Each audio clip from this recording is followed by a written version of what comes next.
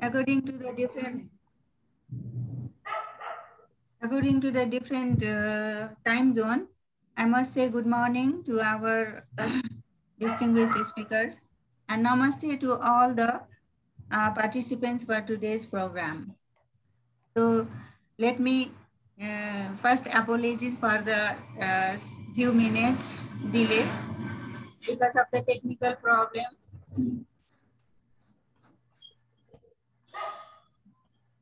So I'm sorry for this and hope that we will manage the rest of the program. On behalf of the Atmospheric and Material Science Research Group at the Department of the Physics Amrit Campus, Tribhuvan University, I, the Leela Pradhan Joshi, wholeheartedly welcome our distinguished speakers, all of our respected professors from the different departments as well as the different disciplines, and my colleagues, researchers and the students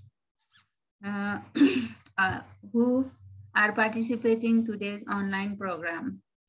I am ecstatic to introduce the Atmospheric and Material Science Research Group, which was formed this year at the Department of the Physics Amrit Campus, TU. And the many of the programs of this group will be supported by the International Science Program ISP, Uppsala University, Sweden. So I would like to thank for ISP for awarding this grant under Nepal 01 for the period 21 to 23. So we have to strive for the promotion of the basic science research in the Nepal. Most of the research under this group, which will be supported by the ISP program, that will include in the lightning and the material science research, as well as the advancement of the women in the STEAM. So I am happy to say that today's curriculum is our second program under this project. Currently, we are facing a very difficult and a harsh period in our life. Maybe the most challenging time yet to date. So, however, the researchers all over the world are diligently working and helping in their way to overcome this pandemic. This pandemic has also not only giving the problems, but it has also taught us and reiterated the significance of the scientific research in human life. Understanding and the working for science and technology is always an important task for the researchers like us. Listening to talks and participating in training programs always moves us forward in our careers. So that for that reason, today we are gathering here to understand and for which we can contribute for the for the development of the science. It's our great pleasure to have the distinguished speakers for today's online program, the Professor Carla Puglia, Director of the Physics Program IPPS at International Science Program, Uppsala University, Sweden. She will deliver a motivational speech on the ISP goals of promoting equal opportunity in science and education. Likewise, our second speaker will be the Professor Chandima Gomes from the University of Witwatersrand. He will teach us how to write an impressive or better scientific research proposal. We, all the participants, are very enthusiastic to hear from them, from both of the speakers. We are very excited to listen to you in today's very, very recent times, the very hot topics for the researcher. So it's already, because of the technical problems, we already going to be late. So without delay, Finally, I would like to hand over the microphone to my colleagues as well as the program coordinator of our Amrit Atmospheric and the Material Science Research Group, Dr. Sriram Sharma, to speak few words and request him to introduce our both the speakers. So thank you. Let's enjoy the program. And Sriram sir, please Yes, thank you. continue Thank you, the Professor. rest of the program. Yeah, Professor Leela Pradhan Joshi, for giving me this opportunity to introduce my distinguished speakers from two continents, one from Europe and the other from Africa. So I would like to welcome both of you to our platform today. It's our privilege to invite you and have you today with us. And I'm really proud today to tell that we have two very eminent leaders in women or physicists in women physicists in our group. That the group itself, the Department of Physics, Amrit campus, is being led by Leela Pradhan Joshi, and the ISP's physics program is being led by Professor Carla Puglia. She has been a wonderful lady that I have met in my career, and I have known her for about, of course, 6 years, but very closely for a couple of years. And then I have another very prominent figure from, I think he's a global citizen, Professor Chandima Gomas, and about his bio I would be uh, presenting a little bit later. So without any delay, I would like to invite Professor Carla Puglia to uh, deliver an encouraging uh, speech or talk about how ISP is encouraging or insisting the lady and female researchers towards the research in physical sciences, particularly in physics and mathematics and chemistry. Uh, and with this, I would like to, introduce Professor Carla as her bio, small short bio says like this. Carla Puglia is the program director of the physics program at the International Science Program, ISP, at Uppsala University, Sweden. ISP is a unit dealing with the research capability building on low and middle low income countries in the basic sciences, chemistry, mathematics, and physics. Carla Puglia is also leading a research activity at the Department of Physics and Astronomy, Uppsala University, focused on the development of deposition and characterization schemes of molecular materials. The aim of our research is to get control over the preparation, structure, functionality, relation of molecular systems of increasing complexity. That is starting from single molecular building blocks and then combining them together in more complex molecular structures that have interesting properties to be implemented in organic electronics and solar cells.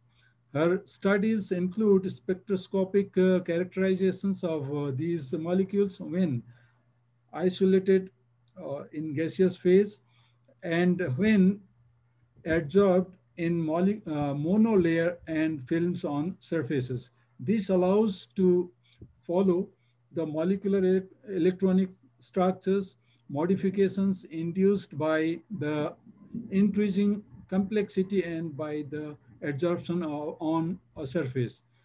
Uh, Carla has always been interested in promoting women access to science, education and research, and deeply interested in gender balance in science, notably in physics.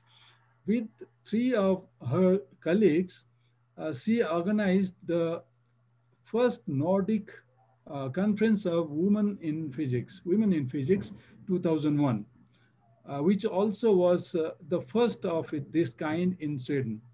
At ISP, she introduced a gender activity grant 2015 and 2016, which had a much larger impact on supported groups and institutions thought than that it was thought. From 2017, she established a new grant that all ISP supported groups and networks in physics and mathematics programs could apply for activities promoting the local gender balance.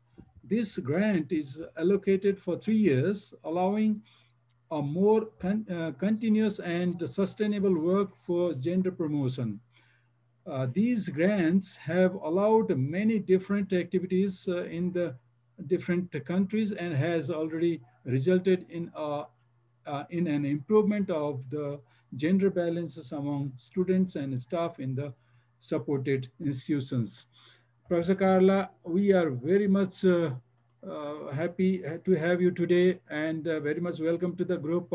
This is going to be a very, very inspiring talk from you. And I hope.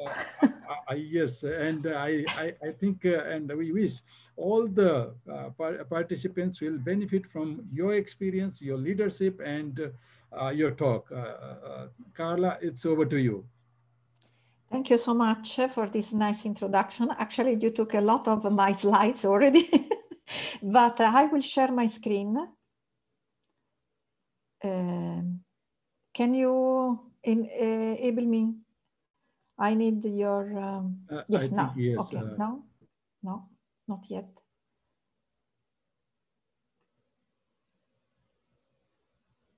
Someone has to help.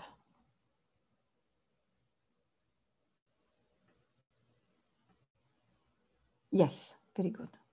Thank you. So, I hope that you see the presentation mode. Do you see? Do you see my presentation? Yeah. Yes. Okay, good. Very, thank you. Yes, okay. Very nice. So, thank you for introducing me. My name is Carla Puglia. As Sriram has already told you, I'm the program director of the physics program at the International Science Program. And I will speak about promoting equality, equal opportunity in science and education, a work that actually is recently started at the International Science Program. I will start actually with my own experience as a scientist, a woman from the south of Europe in Sweden. Then I will introduce the International Science Program, and I will actually explain why we started with this program for promoting the gender balance. And I will show at the end some results, some future plans. So if we can, wait a moment, I really would like to take away. Yes, okay. So I was born in Rome in Italy, and I graduated both in physics and music in Italy. Then in 1991, I moved to Uppsala in Sweden because I got married with a Swede. So I then started in 1992 my PhD studies at Uppsala University. I graduated with a PhD in surface science in 1997. Then just after my PhD, I started a new research path or new research area at my division at the Department of Physics and Astronomy, and was dealing with biomimetic catalysis. And this actually was a program that introduced me to some big molecules. I mean, I think that are big because in my PhD, I was focused only on small molecules like nitrogen and oxygen, only two atoms done. But instead, I started with the porphyrin and with the phthalocyanine, which actually are dominated my first year, many years of my publication just after the PhD degree. In 2000, 2011, I mean, I have to say that I worked in a different area within the university and also a little outside, but always keeping a foot in the research activity. And then in 2011, I started part-time at the International Science Program, where now I am the director of the physics program, and now I'm also recently appointed as full professor in condensed matter physics at the Department of Physics. Then, as you understand, I always share my working time between the ISP and the research. Of course, you can see that from a student to a professor is a long way, and I have to say that it was very long, it was not straight and not easy. But I succeeded anyway, and then I hope really that many of you after this talk can really get inspired and don't lose the mood and just to continue a fight to reach your goals. Now, in my research program, I'm interested actually in molecules, quite a big molecular structure actually, but I can say that I'm interested in both of these complex molecular structure, but also at the building blocks, the smaller molecules that are used to build such a big complexes. Actually, they are donor acceptor molecule, and this means that, as the name already indicates, that they can easily donate or accept electron. Then you can understand that they are very important in solar cell or in, for example, organic light emitting diodes in LEDs. Okay, what I'm interested actually is if we can make a scheme about my research activity, I'm actually interested in looking at the modification of the electronic structure of the molecules when they are when they are increasing in complexity. This means that I start from the smallest building blocks to the more complex systems. And I'm also interested at looking these building blocks molecules or more or bigger molecules in when they are free and when they are absorbed on surfaces like of different kind. They can be metal, semi-metal, or can be also semiconductors. In this case, when we compare the gas phase and the absorbed results, we can actually get insight in the electronic structure modification that is used on the molecules due to the interaction with the solids. The characterization is done by mostly X-ray based spectroscopies, and this means photoemission spectroscopy, X-ray absorption spectroscopy, resonant photoemission, all of these kind of techniques. And I have to say that quite all my works, there is always a contribution from theoreticians. Actually, here in this meeting, there is also Barbara Brenna, which is actually my colleagues that help me in understanding the system that we are characterizing, because by the DFT calculation, we can really consider understand the contribution of the different parts of the systems to in our spectra. So in 2011, 2011 was a quite big or quite a difficult year for me, and one of the difficulties was that the boss of my department just demounted my lab, and then I came back one day, and then I found the instrument. Actually, here you see only one little part of this big instrument was actually relocated in the basement of the department, and this is because probably, I know he needed the room for another guy that was Swedish, and then there was a guy, not a girl. So, but I was really upset about this because I had the PhD students, I had a program actually, but I was fortunate actually because I had with me two very eminent professors, older professors and very important, and then helped me to put this part of the instrument and relocated it from Uppsala to Trieste at Elettra. Here you see the same instrument that is mounted on the beam line at the synchrotron in Trieste, Elettra. So I want to say that from that moment, my research activity was mostly focused actually located in Trieste. Of course, I have through my division still quite free access at the synchrotron in Lund at Besse, because my research actually is really based in synchrotron research.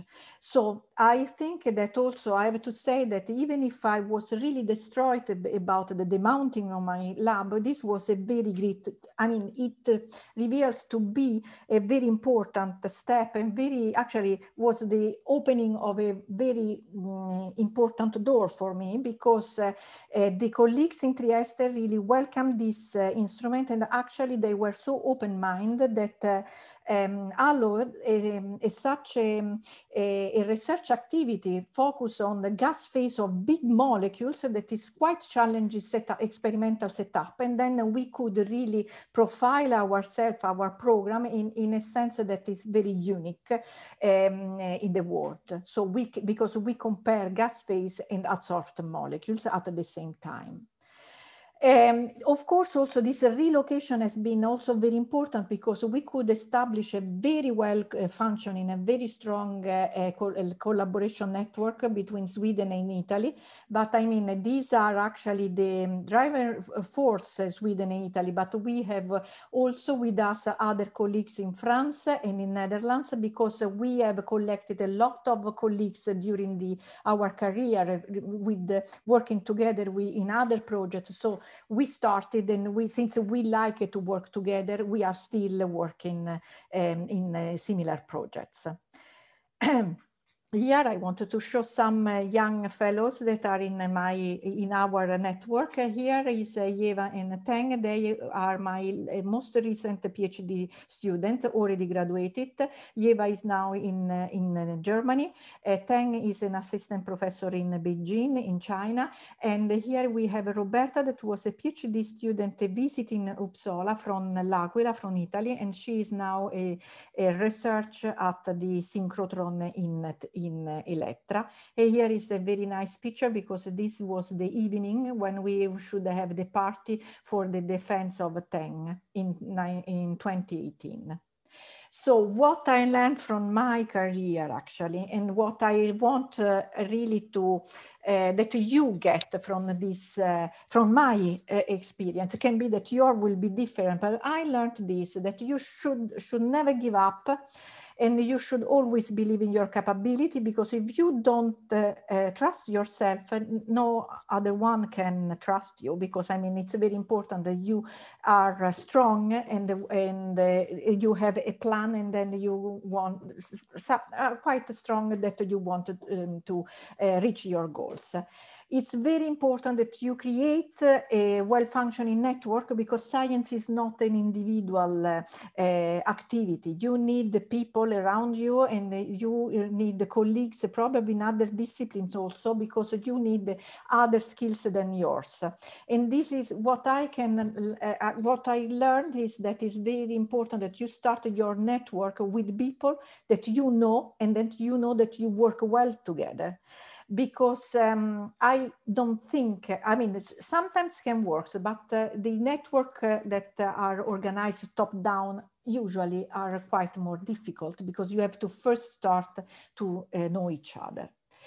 Then create or be part of a network of female colleagues, because it's very easy to neglect an individual, but it's difficult to neglect a 2, 3, or a group of people. You are more visible, you have a common interest, and it is very important that you also discuss some dynamics that you can actually live in your working environment. But one thing that is very important is, of course, you can have this network and you can have women as mentors. But if you have some seniors, male, open mind professor or important person, take these as mentors, because I mean, in the world, it's still that the man has the key that can open the door for your career. And of course, something that I learned when I was young, there are many studies actually about, there are many studies about these results. The women should learn to help women. You know that the groups of men are characterized by companionship. Men help men, but women unfortunately are not used to help other women. But now we know, and we should learn, because we should help the other women, because men will not help women if they are men, okay? And of course, at my personal, individual level, I have to say that I'm for sure grateful to my father. He was a quite open-minded man, because he wanted that we, 3 daughters, actually studied and create a professional career, a professional profile, so that we shouldn't be dependent of the husbands or men. And this was very important for me, because actually in 2011 I got divorced, and my life would have been much more difficult if I didn't have a career or a very good work. So of course I'm also very grateful to my 2 older professors that helped me and entrust me from when I was PhD student actually until now, because they actually pushed me to apply for the professorship, and that helped me during my career. And of course, all the colleagues, I mean, this one that you see here just after a very demanding beam time at Elettra, and also Barbara Brenna, that really work together and try to understand systems. It is very nice, because even if we are working very much, it's anyway very, very pleasant to be always together. And of course, I have to say that I'm lucky, because I'm very curious and I'm very stable. So, but in 2011, always the same year, I started also to work at Uppsala University at the International Science Program, and was a new, actually, a new kind of work, because we are dealing with research capability building and higher education in low and middle low income countries. And we work, I mean, ISP includes 3 different programs: physics, chemistry, and mathematics. As you can see, physics started in 1961. This means that this year we are celebrating the 60th anniversary, and I will speak about this at the end of this presentation. I want just to see, here is in Nepal last year, when I was just before Corona in Nepal, meeting Leela, Rajendra, and Sriram. So ISP is a program that is actually financed mainly by the Swedish International Development Cooperation Agency, SIDA, and we got about 3.4 million euro per year that we actually divided for the 3 different program, and then we support research and network in physics, chemistry, and mathematics. We at the moment have about 60 activities. This is in 1917, but it's actually the same now in 2021. Here is, I made a map where you see where ISP is present, and the different pattern indicates the different kind of support, because we can support countries by direct support, like in Nepal, for example, or countries that are covered by ISP support because they are part of a network.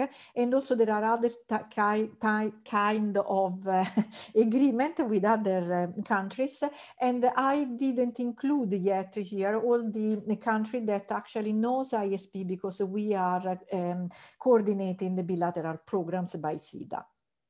This is the list of the countries, and what I wanted just shortly to explain how ISP is working is that First of all, we don't support individuals, so please don't contact me and ask me to support your PhD or your master degree, because we support only groups and network. This means that a young fellow can get supported if they are part of our supported group, and actually it's the group or is the group leader that decide how to dispose the grant that they have applied and granted by an evaluation process.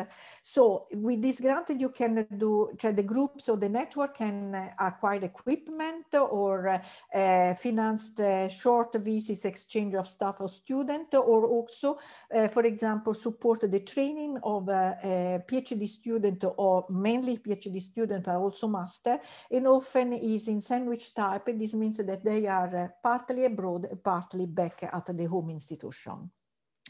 I want just shortly to show you the outcome of the ISP. This is between the period 14-17, because it's the period where we get actually the funds by SIDA. Now there is another period that is 18-20, but we are analyzing the results, so I don't have yet the statistic, but actually are really very similar. You see that in average we have so much positive results. We have about 16 PhD graduation and 333, for example, contribution in conference. This is just to confirm how successful is the ISP program. But when I started ISP, we were already putting some effort in the gender balance, but not really focused.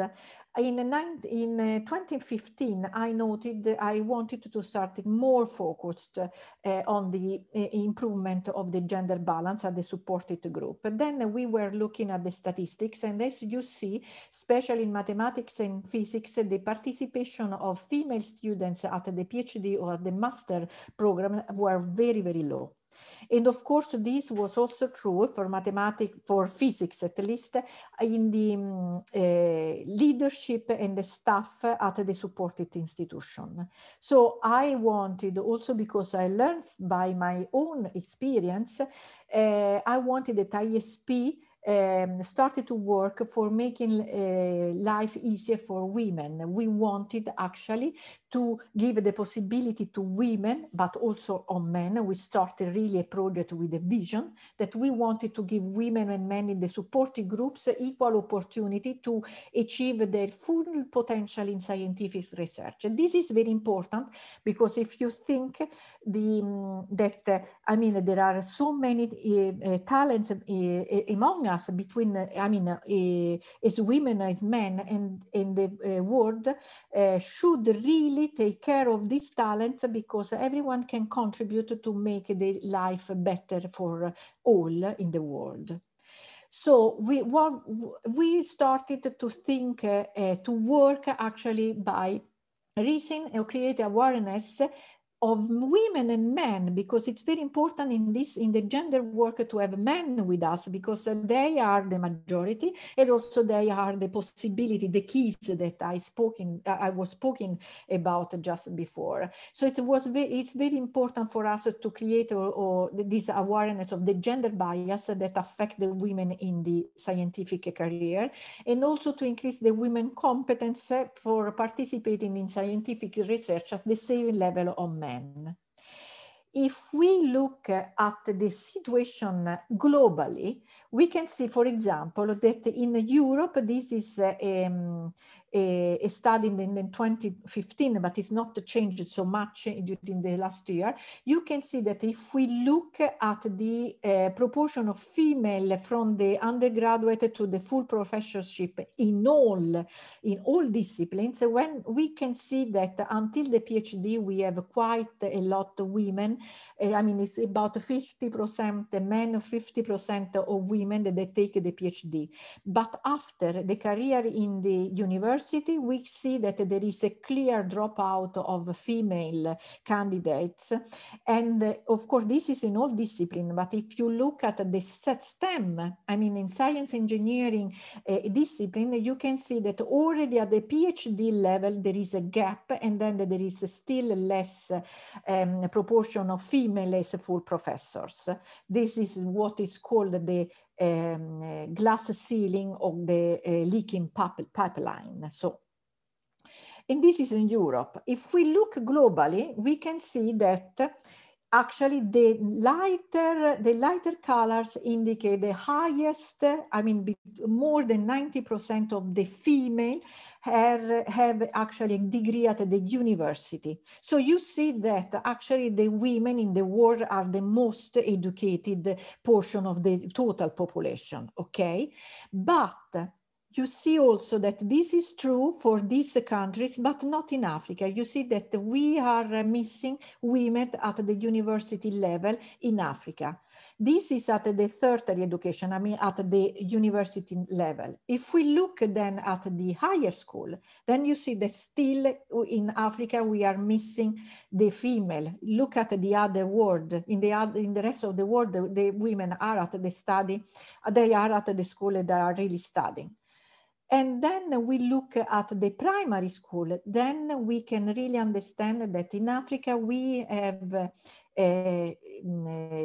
girls, children that are not attending the primary school. So I think that this is very important for ISP, because we can understand that the gender inequality or gender imbalance is something very, very global. I mean, it's a global phenomenon that we see in every country, in the States, in the States of America or in Europe, but also in Africa and in Asia. But also we can also understand that there are geographic and cultural aspects that probably we at ISP don't know.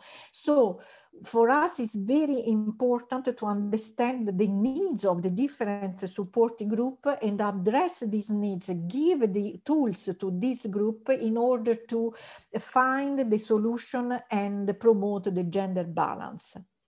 So what first we thought was to open a call for 2 grants for gender activity, because we wanted actually to have a map of the needs, what our colleagues overseas thought were the hinders or the problems.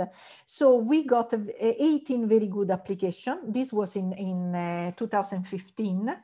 At the end of the 2015, and actually we had 2 grants, but since we got very good projects, we actually granted two grants, which is both in Uganda. This is Betty Nanyonga, a mathematician, and this is Edward Yurwa in Mbarara University. She is in Kampala, in Makerere University, both in Uganda. But we actually granted other 3 projects that were very important, according to us, in Kenya and Tanzania. What we did also was to invite these colleagues from the 2 groups in Uganda. Here is Betty, this is Prishi from Edward's groups, and the 3 colleagues from Kenya projects to Uppsala, because we had a summer school titled Diversity in Cultural Physics, where we could address both experimental, both physics research, but also gender in academia in physics. So what we hoped was that they got a connected, and they could, we hoped that they could start to work together, even if from different countries, when they were back home. And actually we succeeded, because they started a very nice program, and they actually started in 2018 a network, which is the Eastern African Network for Women in Basic Science. And this network joined actually mathematicians and physicians from Uganda, Kenya, Tanzania, Rwanda, and Zambia. They do this is the only network that ISP ISP is supporting, and this is not directly connected to research in physics and mathematics, but is just for the activities, and I mean, it's a strong network for improving the gender balance, the gender, the awareness of the gender equality.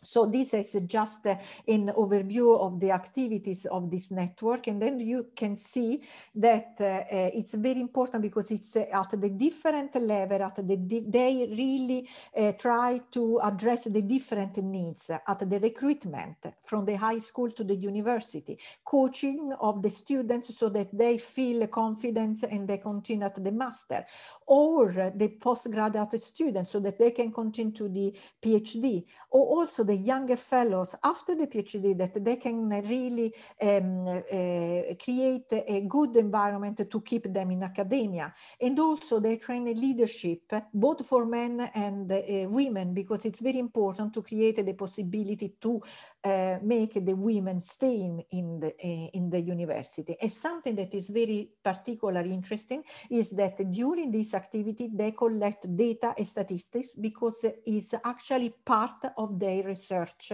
activity. So I have some nice picture. Here you see me here. I'm in Uganda together with this network, and we have both from Uganda, there were from Tanzania and from Kenya colleagues.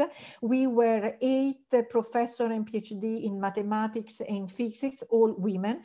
And then we went to this poor village outside Kampala. It was 6-hour cars from Kampala in Uganda. And we actually spoke with to these students and tried to inspire the girls at this high school to study physics and mathematics, because we wanted to show that it's possible to be a professor or a PhD in mathematics and physics even if you are a woman.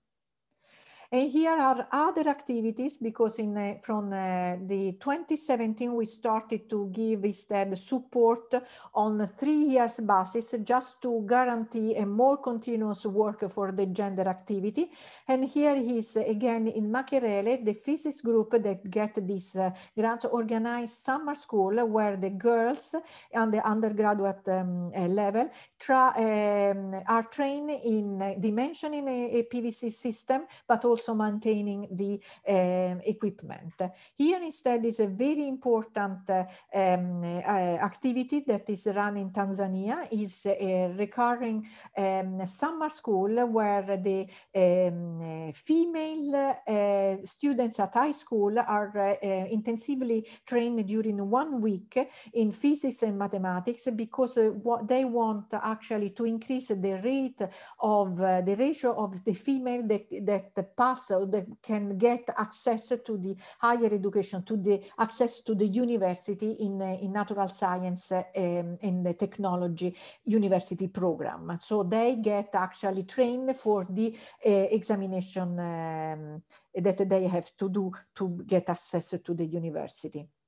And one very wonderful initiative in Bangladesh by our leader, Professor Siddiq Rabbani in Dhaka University, started a Marie Curie PhD position, which actually fund the position for a female PhD student, so that she can have a flexible working time, allowing her, having, for example, a family or having a baby, to follow or to take care of the babies or other family duties, at the same time continue with the research work. Because if the candidate gets support from the university, they are forced to work in between 8 and 5, and then the family care is not possible. And this, of course, causes the dropping out of the female PhD candidates. Then I told you that in 2015, I got really worried about the gender, the statistic of the proportion of the female in our supported institution. And now after only few years of this support, we can really see a clear trend, a positive trend. Of course, there are fluctuations during the year, but you can see really that at least in Africa, you can see that we have really an impact of our initiative, both at the PhD student, at the master, at the PhD and at the master level. But something that is also interesting is that our leaders are more open-minded and more female are actually included in the staff as leader of our supporting groups. So what is still important from ISP is really to understand which barrier or which obstacles our colleagues have at their home institution, because as I told you, there are global, but there are also geographic, cultural aspects to be addressed. So, and we want also to increase the awareness about the gender bias, and we want to work with the men and with the women. And this is actually the background of the event that we are organizing for September 9th, 10th. It will be a webinar actually, and you are invited to look at the more information about this event and registration at our homepage. And the title is already very clear: Gender, Diversities and Conscious Bias, How to Master the Playground Rules in Academia. There will be seminar, but we will also some activities, and you are really welcome to participate. And this is of course a part also of the 6th anniversary of ISP, because the gender work is a very important task for ISP. So with this, I thank you, and I leave you with this beautiful picture when I was in Uganda inspiring girls to proceed with the study of physics and mathematics. Thank you. Thank you. Thank you so much, Professor Carla, for this wonderful presentation. Thank you. Yeah, it is really a privilege for us to have you in this program, very nice program. And yeah, you left a very strong message to the researchers, particularly you should never give up. I would like to reiterate sentences. Yes. You should never give up. Believe in your capabilities. Try to get support support from the others as well. Develop an attitude to work in a network. Create or be a part of a network of the female colleagues, and have also a male as mentors, and help other women. Your success is also their success is also your success. So thank you so much for a very good message, very strong message to the researchers, to be researchers, and so on. Thank you, Professor Carla. And there is a single question what I see from the chat box. One question to you, Professor Carla, before you leave. Do you accept biochemist in your research group, madam? I think this is to you. To me, okay. First of all, I mean, this is for sure there is a biochemistry in the chemistry program, because I'm the physics program director. But we, as I told you, we have both chemistry, physics, and mathematics. I'm sure there is biochemistry because we have, for example, one group in Zimbabwe that is working with the medicine against AIDS, for example. So, but the important thing is that should be a research group, and then this research group should attract actually the interest of the director of the chemistry, because as we did with you, Sriram, we should visit the group just to invite them then to apply for a future support. So, but it's always groups and network, not individuals. So this is very important. But of course, I think that we have, you can look at our homepage, which is isp.uu.se, and then you can see which kind of different project in chemistry we support. So thank you. Yes, Yeah, Lila. thank you so much. I think we don't have any further questions to you. Lila raised the hand. So Sorry? Lila had the hand. Okay, okay, okay. You have any Uh, questions, Professor Leela? uh, Actually, I don't have the question, but if there is no question, I just want to say one word, one sentence, I mean. So thank you very much, Professor Carla, for your very inspiring and motivational speech.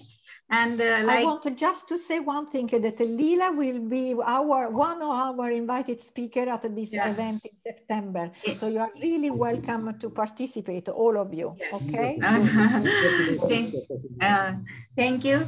I just wanted to, because there are no so many questions, and what I'm like Sri Ram sir said that thank you for your motivational speech, and I wanted to restate your statement, like women should help women along. Yes. It's very touching for me. So I just, because you are few. yeah.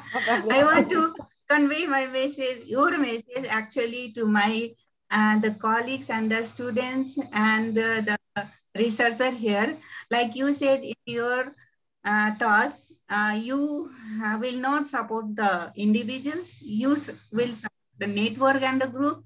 So because the ISP, you already believed our group. So anybody who wants, like, you can contact our group. So thank you. Yes, thank you. Yes, I will say that in a few minutes I have to leave for other duties, but I will try to stay so as long as possible, and thank you so much for the opportunity. Thank you, Professor Carla. Thank you so much. Now I have yet another wonderful person from the African continent, although he is from Asian continent. He was born in Sri Lanka, but he's like a global citizen now. I would like to invite Professor Chandima Gomas for the very, very significant talk of today. Professor Chandima is now in South Africa, and I think Professor Carla and Professor Chandima has the same time zone, so they are having same time now. And now, trading down my memory lane, I remember Professor Chandima, who was my first teacher to teach how to write a research article.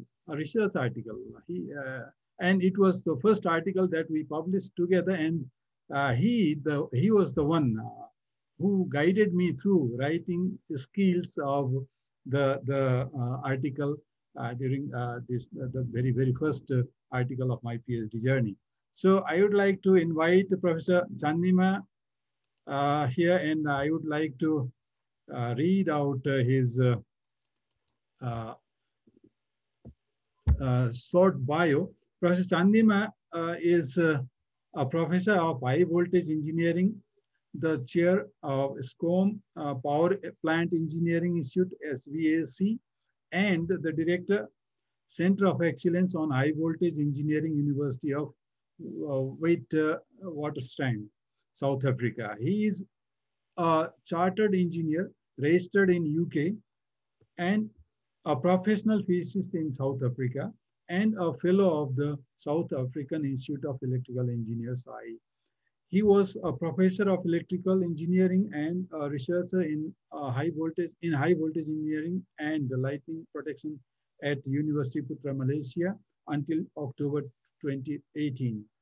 Chandima is a very, very rare scientist. You see, Chandima is ranked among the 2% highest performing researchers in the field of energy by the Stanford University. That is the survey is being made by the Stanford University, USA, and a high-rated scientist by NRF, South Africa.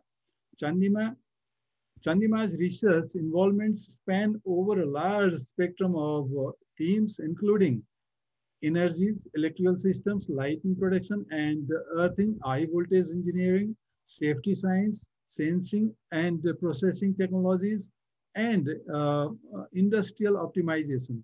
Chandima has published nearly 350 international research publications that include 130 journal publications, 200 conference publications, and 17 books or book chapters. His publications have an accumulated impact factor of over 250. He has also a stakeholder of 7 IP rights. He has he was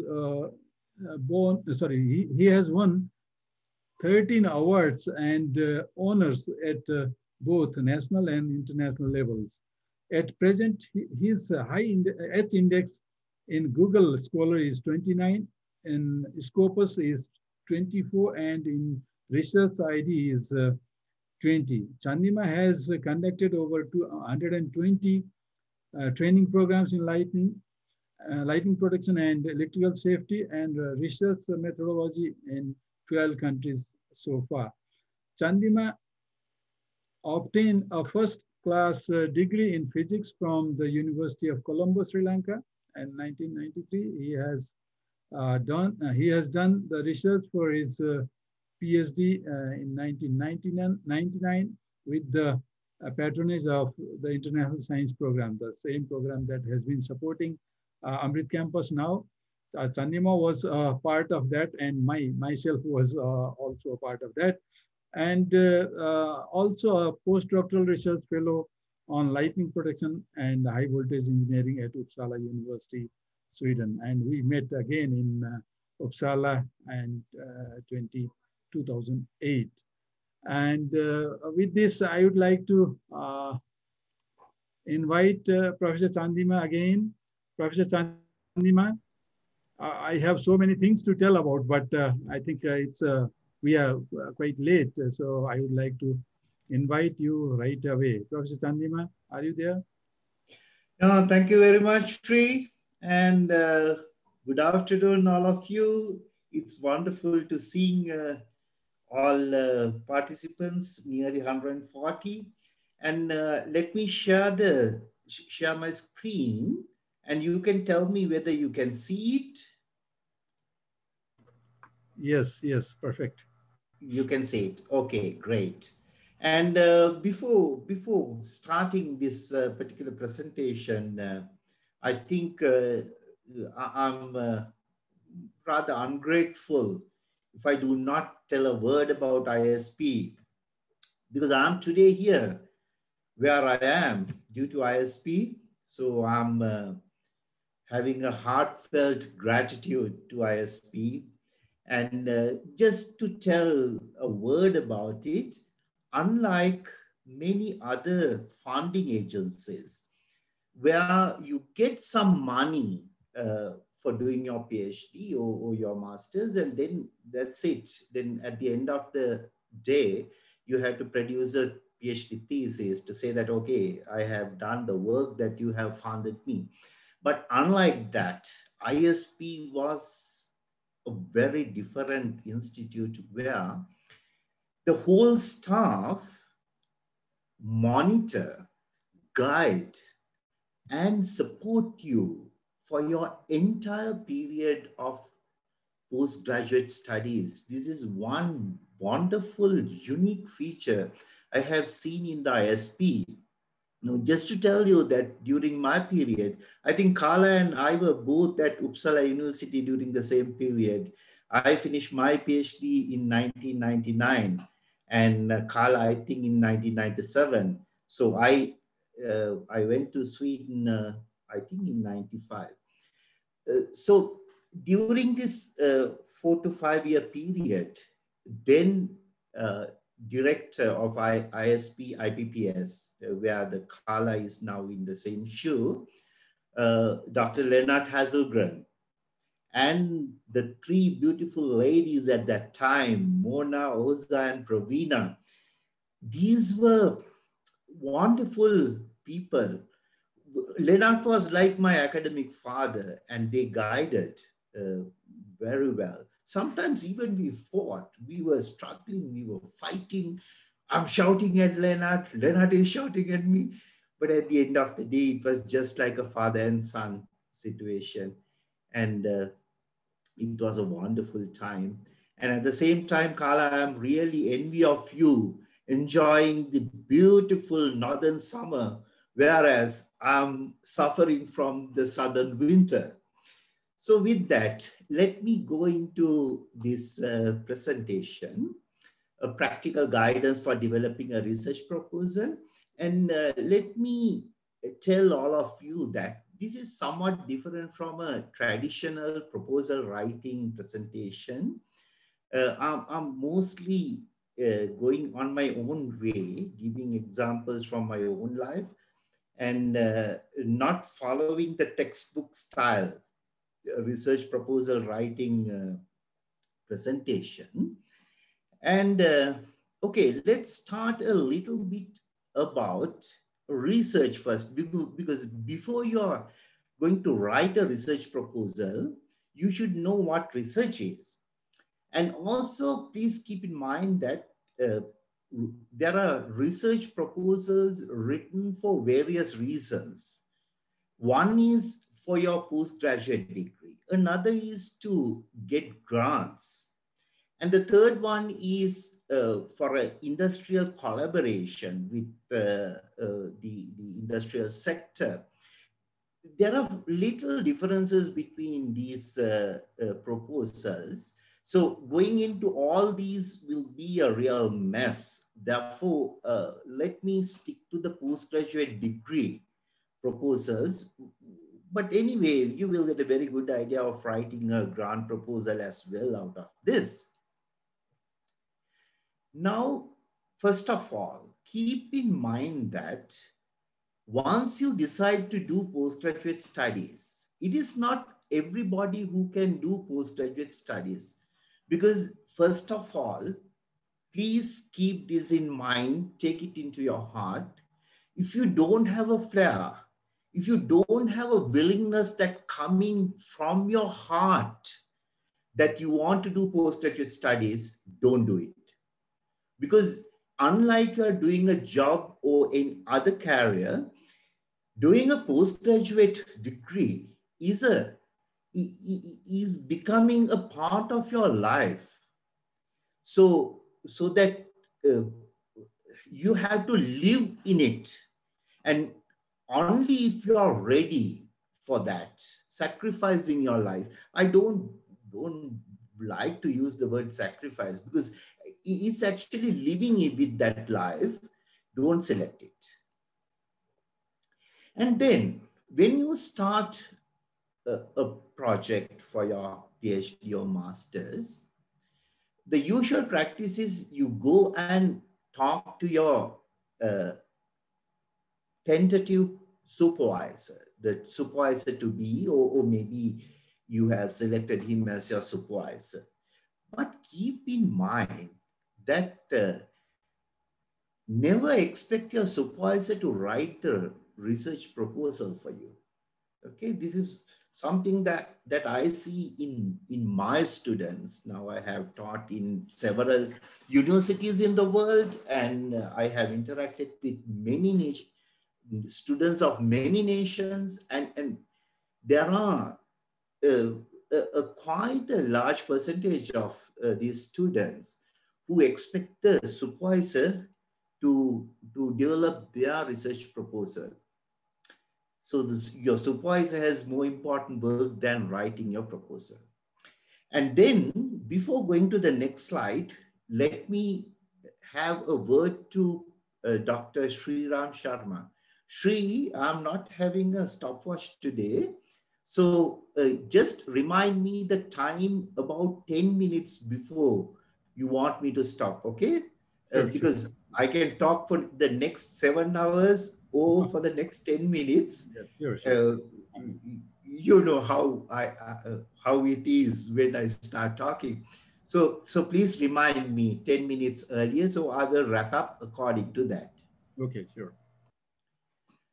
Now, there are a few things that you got to know about writing a research proposal. before you even start thinking about it, what type of research project that you are going to do. Because basically there are two types of research that you can do. And the first type is this. Now imagine that somebody, let me say Dr. Ahmed, and his team conduct research to find the following properties of fibers extracted from palm trees: the length, thermal conductivity, and various these properties. And if I ask you, what type of a research is this? I'm so sorry that these online presentations are not for my liking. I would really love to be with you, go into the audience, talk to you, and just pat your hand and ask, hey, what do you think about it? But unfortunately here I can't do it. But now think from your mind, what type of a research this is? We call them basic research, because you're doing some research in such a way that there is no immediate application. They may be applicable for many things later on, sooner or later, but there is no focused immediate application. Those we call basic research. On the other hand, think about another project where, say that Karun Dam is in Iran, there is a leak in the dam. So you are going to measure, to do measurements of the variation of dimensions of the leakage and so on, several things. Now, on their observation, they made suitable calculations and prepared a report on the threat level and suggest the rectifications to be done. Now, you can see that this particular research has a very focused and immediate application. Okay, so this type of research we call applied research. So basically there are two types of research, basic and applied research. You should know that your research proposal should be developed in a way that you approach it thinking and knowing what type of research that you are going to do. Now, applied research has immediate applications, as I said. Applied research should be streamlined more stringently than basic research. So you should have a very focused, streamlined approach for the applied research. Therefore, in your research proposal, pay extra attention on the time frame, availability of required equipment and facilities, and expected outputs if you do an applied research project. This is very important. In an applied research project, the output may be more important than your postgraduate degree. So this is another important thing. So the people who gave you the project may be more interested in getting the outcomes rather than your postgraduate degree. In a basic research project, you have more freedom to explore peripheral matters and to deviate from original path. Okay. Now, engineers tend to select projects towards applied research, basically due to the job demand. However, it is not a must.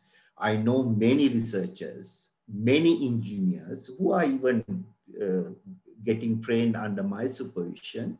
They do basic research. And for me, actually, I started my career as a physicist. Still, I would like others calling me a physicist rather than an engineer. Then I turned for the last 15 years, I have been working as a professor of engineering rather than professor of physics, so that I know the difference and I know the approach between these two very well.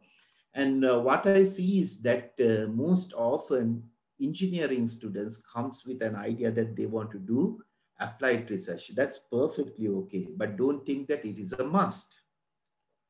And sometimes after even these presentations, even after I give presentations to engineering students on research methodology, they come and ask, actually what is applied science or applied research, then I have a very simple answer to them. I just tell them, go and watch Three Idiots. It's a very popular Bollywood film. I'm sure that most of you know that. Kala, even you may be knowing it. You may have seen it. Go and watch it. You will get a very good idea of what applied research are. Now, we are going to, what are the components of a research project? This is, again, very important. Any research project, whether it is basic research or applied research, there are 5 basic elements or steps that you have to follow. Usually they are synchronous, sequential, and the 5 you can see here: problem identification, reviewing information, method and data collection, analysis, results, conclusions, and dissemination of knowledge. So basically, when you are writing your research proposal, the first 3 are compulsory. You have to pay attention to the first 3, whereas the 4th and 5th usually comes in your thesis. Now, approach for writing the project proposal. Okay, very straightforward and simple question that all of you may ask is that how do I approach? What are the steps of doing or reaching a good research proposal? Okay, step 1 is discuss with your supervisor and decide on a vague theme of research. So most often when you first talk with your supervisor, unless the supervisor has a well-set project, he has got money, he wants to do a project, then in most of these cases, the supervisor advertise the project and ask whether there are students who would like to follow it. Unless the situation is like that, usually when you start a project, you don't have a very good idea of what exactly you are going to do. So that you first talk with your supervisor and get a theme rather than a topic. And then search for the keywords of the theme in Google search and download few very recent papers. Now, for an example, if you are selecting an engineering topic like issues of ester oils as transformer coolant, and then you can search few keywords and find, say, about 3 or 4 very recent papers. So if I'm going to do that, I will select papers from 2021. And in this case, it's very, very helpful for you if you select few review papers. So the importance of review papers in the present day is that it will help the newcomers to the research field very well. And sorry, it should be step number 3. Search for the keywords of the theme in Google search and download few very recent papers. Okay, better check. Sorry, I have repeated number 2. And then number 3 or number 4, forget about these numbers. Identify 3 or 4 broad research problems and questions which have some sequential links. Now, for an example, no information available on the change of viscosity of ester oils in transformer in operation for a long period of time. So keep in mind that I'm giving you an example of how to select these research problems, okay? So this is just an example. Regarding the example I took on ester oils for transformer fluids. Number two, no studies done on finding a relationship between the viscosity of transformer oil and the electrical performance of a transformer. There are reports on unusual hotspots in ester oil-based transformers with long periods of time, but there are no reasoning given or found. Is the above problem due to the change of viscosity of the ester oil, or are there any other reasons? So when you are going through these papers that you have selected, then you can get an idea about what are the gaps exist in the research frontiers. This is very important. Don't forget that you may be doing your PhD at Kathmandu University, Tribhuvan University, or Vellore University in India, or Dhaka University in Bangladesh. But your postgraduate degree is universal. It's international. Therefore, keep in mind that you have to find whether the research problem is international, whether there is a gap in the international frontiers in the research, not just in your country. Okay? And then the next step, download more papers using any available database. Some people can get access to Scopus, IEEE Explorer if you are doing special engineering research, then Web of Science. And then you can download more papers. You started from 2 or 3 papers. Now download more papers from the research problems and or research questions. Try to stick to good journal papers. This is another advice that I can give you. When you download these papers, give very less priority to conference papers.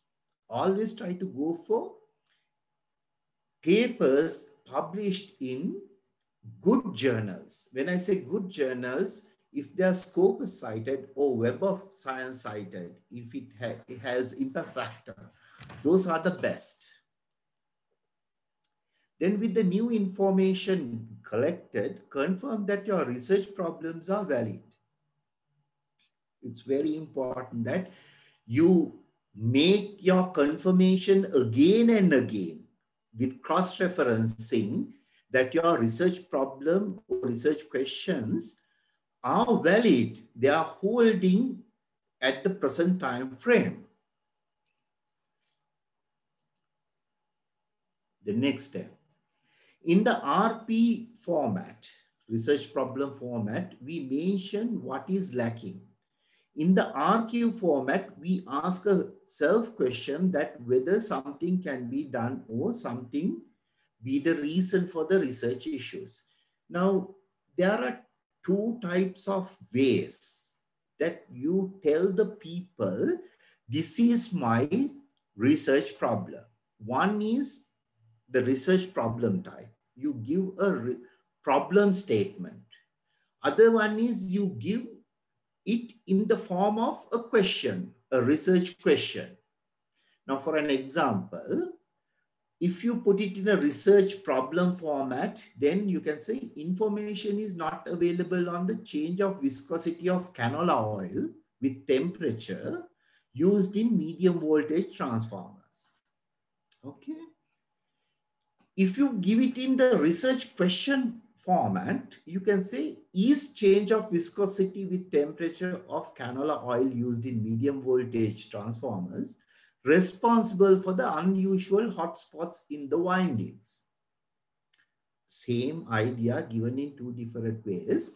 In some universities, they expect the proposal to be written in a way that your research problem is given in this research problem format. In some universities, they expect in research question format. Check it with your university for this. As RQs are more specific and focused, researchers in the engineering field sometimes prefer research question format. Now, please bear with me. This is a part of my research methodology course, so that my research methodology course is usually designed for the engineering students. So therefore, here you may see that the presentation is little biased towards engineering, but don't worry, it is applicable to all fields, okay? Now, however, it is up to the students to select what format they prefer. In RQ format, you need only 1 or 2 statements. So if your university is not specifying whether you have to give the proposal in RQ format or RP format, then you can select whatever you like. Then, now write the objectives of your research. Objectives are what specific tasks that you are going to do in your project. If you have followed RP format, it is easier to formulate your objectives. One advantage of writing your research problems in the RP format is that it is easier to formulate your objective. I will show that later. Example, to find the change of viscosity of canal oil with temperature used in medium voltage transformers. I will elaborate it a little bit in another slide. If you have followed RQ format, there are no direct ways of developing your objective, as one RQ may need more than one objective. So usually research problems, each problem you can write an objective. If it is research question, one research question can have several objectives. Note that objectives are started with 2 forms. Then meet your supervisor with the RPs or RQs and the objectives and discuss the feasibility of conducting the project. So after you prepare your research problem or research questions and the objectives, then discuss with your supervisor whether this is doable. Even if the supervisor approves your project, make clarification on the following. So keep this in mind. I'm a supervisor, but I have to be honest. Sometimes even I do this. Supervisors are busybodies. So sometimes when you bring your research problem, if supervisor finds that, oh, this is attractive, this is wonderful, research problems and objectives are perfect, then he may say that, oh, okay, let's go ahead. But at the end of the day, it is not the supervisor who is doing the research project. Supervisor is not the one who is going to get the degree. It is your degree, okay? Finally, you are the one who is responsible for obtaining your degree. Supervisor has some obligations, but don't expect him to be responsible for your degree. Therefore, even if the supervisor says that, okay, go ahead, think about these 6 very important points. Can I finish it within the stipulated time frame? Are the equipment needed already available or readily accessible? Make sure. Are the data to be borrowed available or accessible? Maybe you don't have to worry about all 6 depending on your project, but keep them in mind. Then are the permission to access sites, facilities, etc. obtainable? Is ethical clearance needed for the project? That's also very important, especially if you're doing work with human objects, animal objects, or social science components are included like a survey, then you need ethical clearance from many universities. I mean, it is a condition of many universities. Are there any other formalities to be fulfilled? It is strongly advised to discuss with the supervisor regarding the meeting arrangement during the project. So keep in mind again, I'm repeating that supervisors are busybodies. So that at the very beginning, come to an agreement with your supervisor at what frequencies he can, you can meet him. But in the good old days, when I was at Uppsala University, I could bang into my supervisor's room at any time. So we were so rude and indisciplined, I may say, in meeting the supervisor. We just banged. This is a Swedish way of interacting with your supervisor.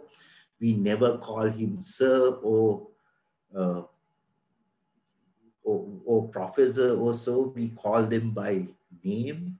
That is the Swedish way. Or maybe in most of the Europe it is the same, but in Scandinavia it is very much practiced.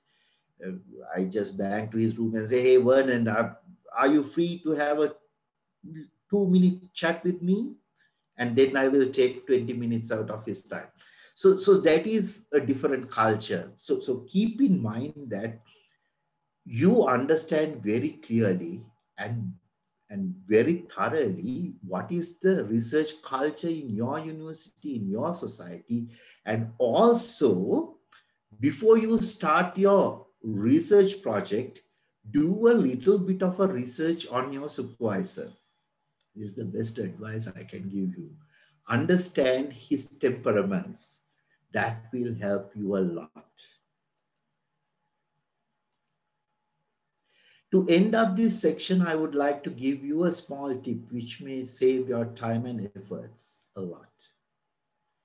If you have a good research network, I mean, in these days, most people are members of LinkedIn, ResearchGate, Academia, and so on. If you are not, please do it as soon as possible. Check with your peers regarding the suitability of your research team without giving them detailed information. So if you're working on transform oils, ester oils on transformers, you can write few emails or just message in the LinkedIn or ResearchGate saying that I'm going to do this research. What do you think? Most often these peers, the colleagues will let you know whether it is okay or not. There are many people who work in similar fields would be ready to help you with their experience. Okay, keep that in mind. These research acquaintances will help you a lot even in the long run. I mean, actually, to be very honest with you, my best friends, even today, who will help me in whatever the way that I want a help, readily they help. Those are the people with whom I have interacted during my postgraduate studies. Thus, start building a research network as soon as you step into your research career. Keep in mind, don't forget that in the present day, network is more important, more valuable, and it will be a much better asset that you have than money. So in the present day, networking is the best tool that you can have in going forward in your career. Okay, now I'm coming to the research proposal. So in a research proposal, the flow is, this is the basic flow. It may vary a little bit from university to university. So basically you should have title, name, supervisors, introduction or background, then problem statement, either in the form of research problem or research questions. Then hypothesis, it is optional. Most often engineering research do not need hypothesis. Physics research will require more on that objective or the hypothesis. Then research objectives, then research scopes and limitations, optional, literature review, methodology, then expected results and deliverables. Don't forget that this is the proposal, so you can't tell much about the results, but you can say that this is what I'm going to expect. Okay, then also a time frame. Now, first of all, introduction. Introduction could be started from a broad perspective, yet not too general. It should end paving the way for examiners to fully understand the problem statement. So introduction should be ended up in a way that you're preparing the background or pathway for the problem statement. So the usual practice is you start from little broader perspective and just narrow it down. If your topic is, say for an example, influence of change of viscosity of canola oil as a transformer fluid on hotspot formation with age, just an example, start your introduction from specifying the factors that affecting the health of transformers in operation. So when you are starting your introduction, don't start it with a very broad perspective. Now, say for an example, if somebody is going to to develop a research proposal on, say for an example, the drainage system or development of a smart drainage system to solve the flash flood problem in Kathmandu. Say that this is your project title. Now, don't start your introduction from the cloud physics, or don't tell much about the floods that has happened in all over the world for the last 50 or 100 years. You can start from telling is a problem in Kathmandu. If it is a problem, I don't know. It's a problem in Kathmandu because there were several major floods happened in Kathmandu during these years. This is just an example. And very fast come to the smart system that you are going to develop.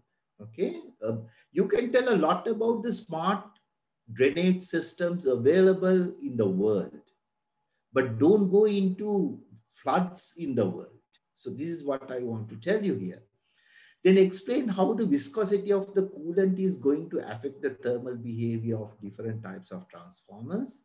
Then discuss the lack of information in this regard with respect to ester oil-based transformers, giving few examples of mishaps due to the lack of information. Also give some reasoning on why you are focusing on canola oil in this study. So whatever the major focus you are working on, give some idea in the introduction why you are focusing on this problem, whether it is important for your country, whether it is important for the scientific frontiers, whether it is important for the region. So you have to give a reason. Don't start the introduction on the types of transformers, what is the purpose of a transformer fluid, physics of viscosity, the history of using this, exactly what I told about this drainage system. Okay, don't go very broad in at the introduction. Then the problem identification or writing RPO, RQ statement. This marks the beginning of a research study and is the most difficult and important step. Take my word. If you make a mistake in defining your problem statement, one day you'll be very, very sorry for that. Because your whole career, the research project, your degree depends on how valuable, how worth your research problem is. So identifying and stating the problem in specific terms is very important. Identifying the variables in the problem situation and defining them adequately. This is very important. Okay. Generating tentative guesses, we call them hypotheses, about the relation of the variables, or in other words, the solution of the problem, or writing explicitly the equations for which answers are sought. I will give some examples of this. Then evaluating the problem for its researchability. You should understand, I'm coming again to this very important problem of identifying a worthy research problem. Some people mix up the scientific problem and the research problem. We may have many scientific problems in the world, but not all scientific problems will become a research problem for you. It may be a research problem for somebody else, but not for you. So one example is hotspot formation in the aging transformers may be your scientific problem. Then research problem should be more focused than that. For an example, relationship between viscosity variation of canola oil and hotspots may be your research problem. So you see that scientific problem is broad. Sometimes this scientific problem may have given answers by other people so that you will not have a research problem. So that make sure that the scientific problem has not been fully solved. A scientific problem becomes a research problem only if there are still some issues to be solved. The issues to be resolved have scientific interest within a reasonable spatiotemporal boundary, non-trivial. That means it is not redundant. The issue can be researched with accessible facilities.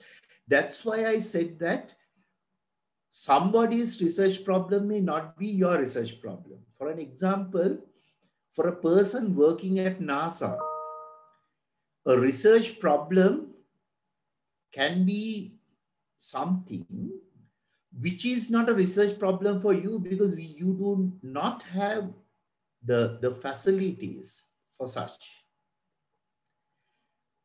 Then the issue can be resolved within a stipulated time frame. This is very important, especially for applied research. Make sure that your research problem is attainable and solvable within a stipulated period of time.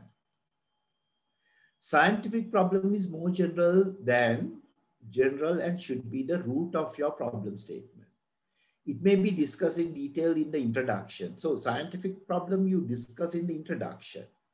Research problem is more specific and should be in line with your objectives and final conclusions. It is given in point form in the problem statement in RPO, RQ formats. Now, identifying research problem and explaining research problem at the defense are equally important. So another important point. Identifying the research problem and how you are going to explain that to your examiners. The key effort is to make the reviewers or readers understand what is your problem. Why is the problem important? Then problem statement answers one primary question. Why do this project need to be conducted? The emphasis on the why I should do that. This is very important. To answer this question, proposal writers must define the problem clearly and concisely. Be compact, be short. Don't write essays in the problem statement. Ready to prove its existence in the introduction or literature survey. Your problem statement should quickly summarize the problem, document its frequency and severity. That means frequency means not the frequency measured in hertz, how often the problem happens, and it is severity. Show your familiarity with prior research or work on the problem. So especially during the defense, make sure that you emphasize your ability to explain and understand the research problem. Justify why this problem should be investigated. Then do not assume that everybody sees the problem as clearly as you do. That's another thing. Many people say, many of my students are, when they fail their proposal defense, they say, oh, this is very simple. I told everything, but they can't understand. Yes, they may not have understood because you have not put it in a way that they could understand. So that's very important. Even if the problem is obvious, your readers want to know how clearly you can state it. Note that your examiners may not always be from the core areas of your research. They may be from peripheral fields. They are the ones that always make your life difficult. So if the examiner is very thorough with your field, then it is okay. But when they are not, then you are in trouble. Get prepared for their questions. So the final advice I can give you on research problem is your whole research project depends on the significance of your research problem. So make sure that you are not going to reinvent the wheel. Okay. So double check, cross check that your problem, the research problem, is a real problem in the scientific frontiers. Then hypothesis. Actually, without reading all these things, let me say that hypothesis is not always compulsory, it is optional. A hypothesis is where you make an educated guess on something and say that this is what I'm going to find, or this is what this is the solution that I'm going to make, or this is what I'm going to expect, or this is what I'm going to end up my research with. Then you start working on this project with this assumption in your mind. So a research hypothesis will help you always to streamline the work that you are doing. Okay, so if you are going away, deviating very much from your main focus, then the research hypothesis will remind you, hey guy, you were at the beginning telling that this is what you are expecting. Okay, so I'm not going into the details of that as I have spent a lot of time. Then the objectives. Objectives should directly be related to your problem statement. So if you have written your problem statement in research problem type, it is very easy. If you follow the RP format, each RP statement should have an objective. That is, the objective should highlight that you address the issue described in the problem statement. When you write the final thesis at the end of your project, you have to brief the outcomes of each objective.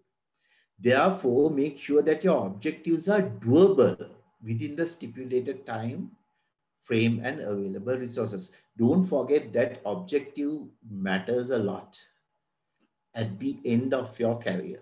I mean, the research, this research project, because when you defend your thesis, you have to say that, okay, this is my objective and this is how I solved it. So therefore, don't put objectives which are really unreasonable. When I say unreasonable, unreasonably complicated, which you cannot do in a practical frame. Now, an example. If you have defined a problem statement such as, there are no information at present on the change of temperature and viscosity with time of canola oil after a centimeter scale discharge.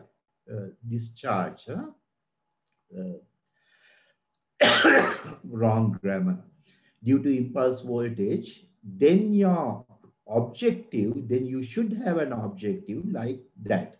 Can you please read it for yourself? I will have a glass of water.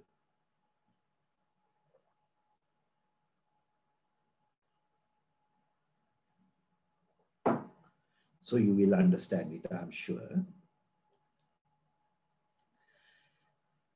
Then research scopes and limitations. Again, I will skip this slide.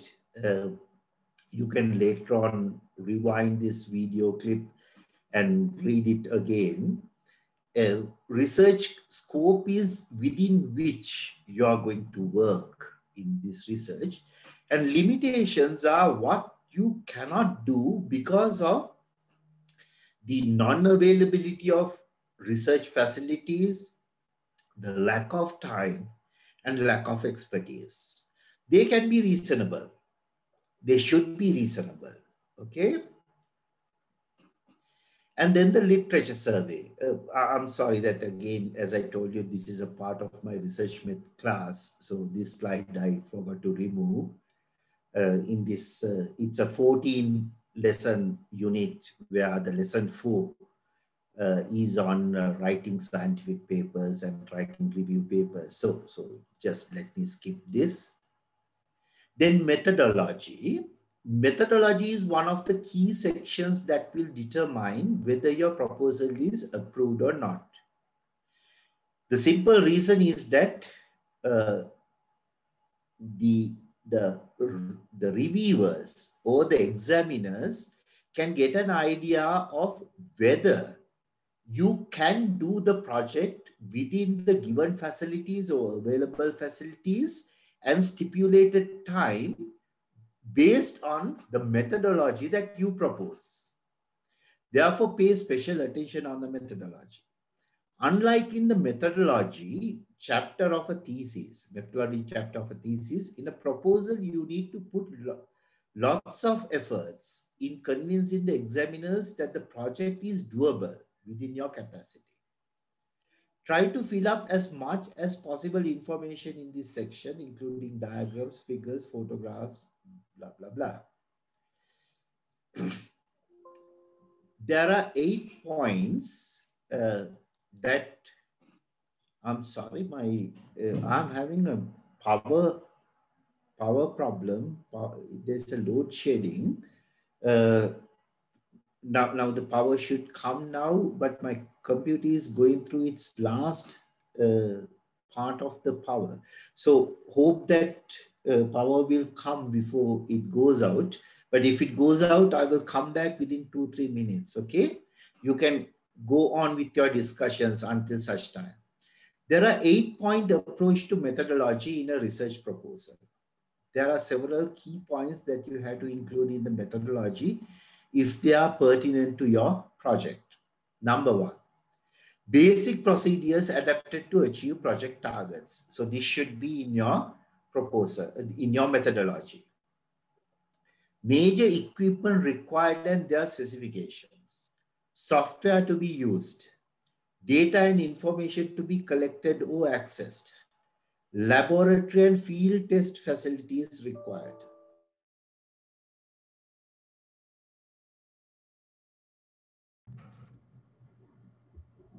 Sorry, I think Chandima has disappeared because of his PC.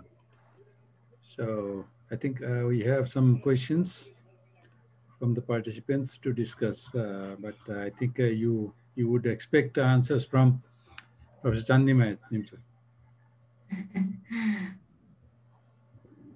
He will be coming back. But in the meantime, you can type your questions in the chat box so that we can post or we can ask several or interact with several questions with Professor Chandima.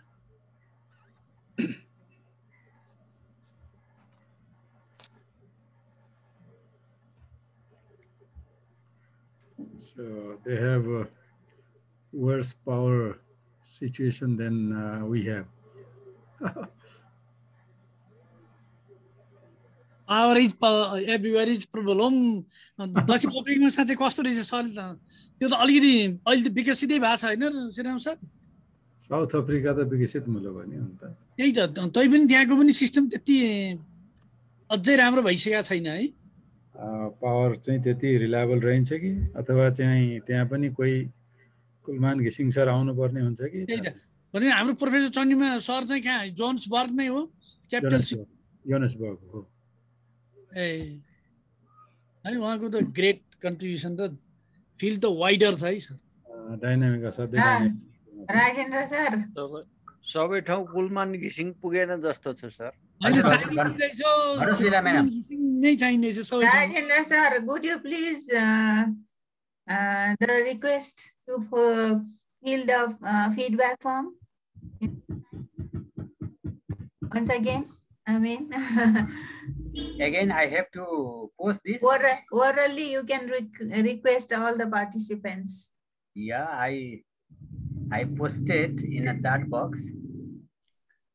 सबैलाई अनुरोध यो firm चाहिँ feedback firm apply जसलाई अझै certificate of participation चाहिएको छ उहाँहरूले चाहिँ पनि भर्नु होला र फिडब्याक चाहिँ यो असाध्यै एसेन्सियल भएको कारणले हामीहरूलाई चाहिँ सहयोगका रूपमा पनि फिडब्याक फर्म चाहिँ भरिदिनु हुन सबैजनालाई सबै पार्टिसिपेन्टलाई हार्दिक अनुरोध गर्दछौँ हामी लाइटनिङ के अरे material lightning end atmospheric end material signs research ग्रुपको तर्फबाट।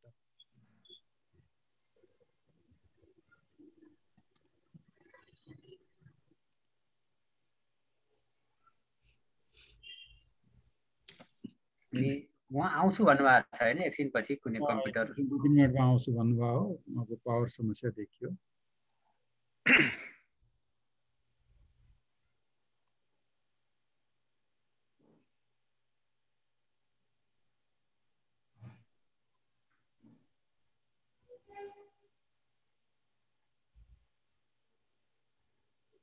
सन्जु म्याडम क्वेसन्स एन्सर सेक्सनमा पोस्ट गरिदिनु होला न यो है सजिलो हुन्छ हेर्नुलाई सबैलाई अललाई गर्नुभएको छ है।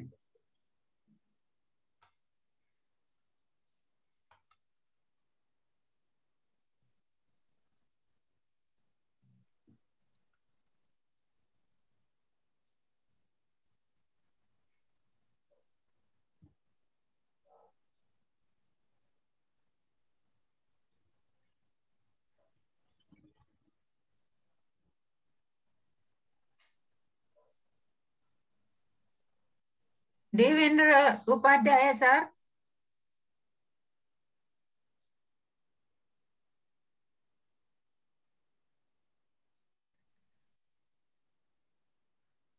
राजु सरको क्लास छ भन्ने मेसेज आयो Raju sir. Thank you for being with us.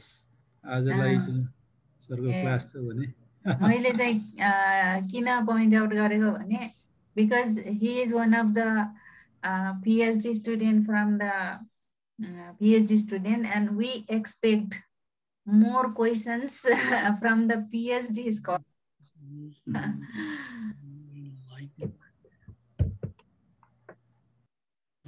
So what I like till now is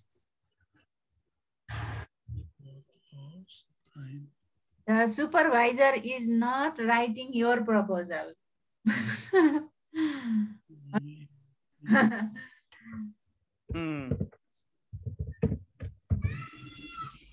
यो डिस्कसनमा त आफ्नो भ्यू राख्न डिस्कस गर्नलाई हामीलाई प्रोफेसर चण्डीमा छोडिदिएको हो है। टाइम प्रशस्त भयो म्याडम डिस्कस गर्दा भयो। आफूलाई लागेको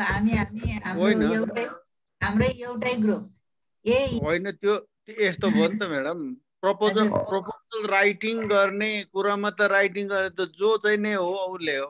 अब प्रोजेक्ट राइटिङ गर्नेले चाहिँ सुपरभाइजरले नै चाहिँ नि राइटिङ गरिदिने भन्यो भने त त्यो त हुँदै भएन नि।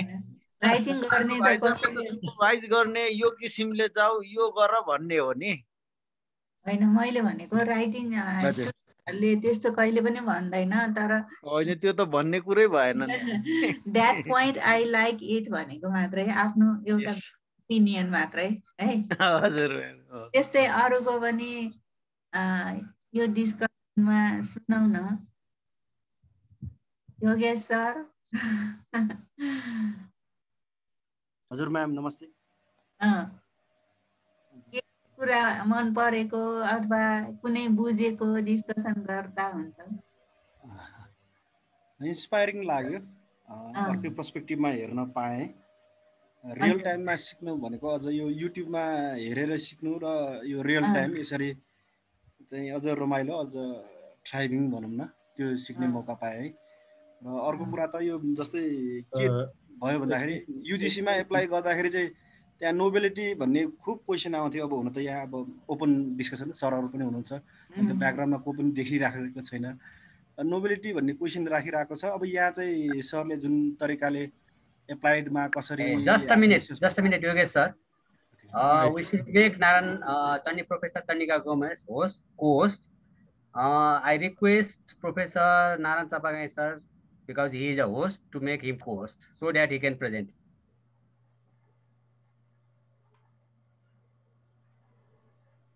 Narayan sir.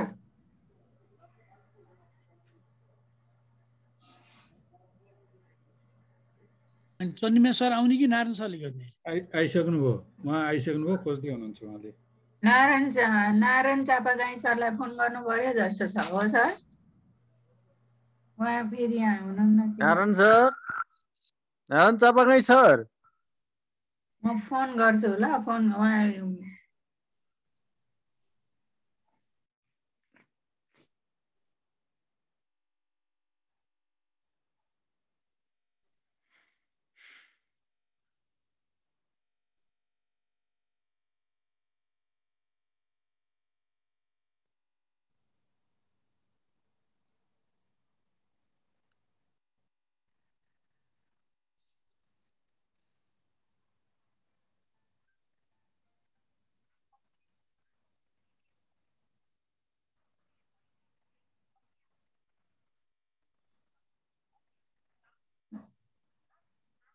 Hello, can you hear me?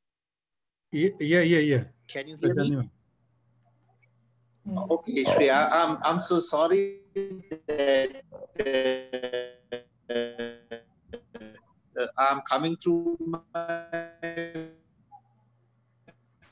phone, so I can't Sandima, your connectivity still seems a bit poor. Presentation until the power comes back. It will take another 5 minutes, I think. But in the meantime, I can take up any question. Sure. Can I take up a couple of questions then?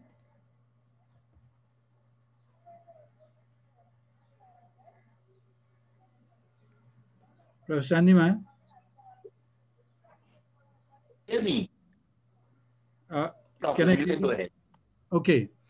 In one of the questions from participants, Dhanraj Lavati, in objective section, is it good to change or edit the objectives in the dissertation which I have already written in the proposal? I think he meant that can he change the objectives later on while submitting the dissertation?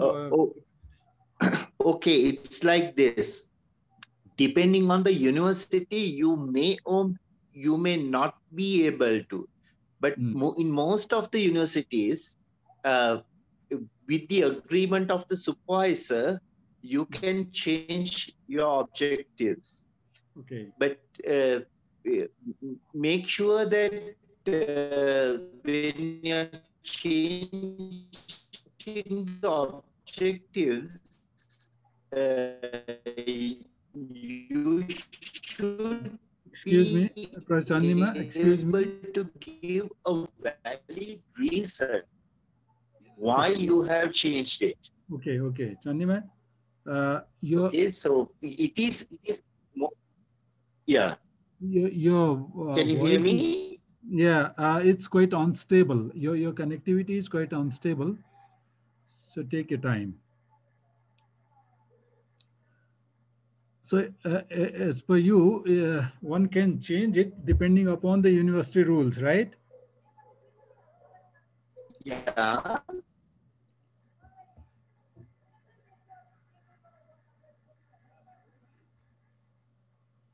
Okay.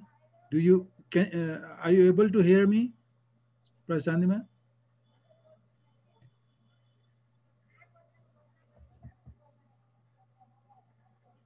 हामी सबैले सुन्छौँ त्यही त उताको चाहिँ connectivity poor भयो जस्तो okay So,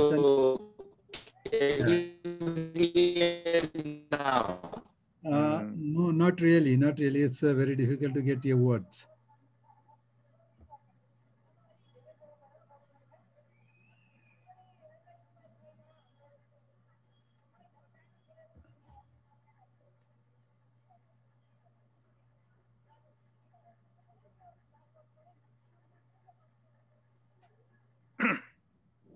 Okay.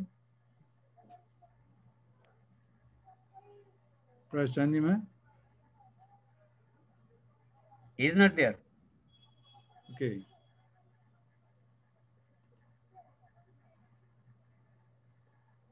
Missing?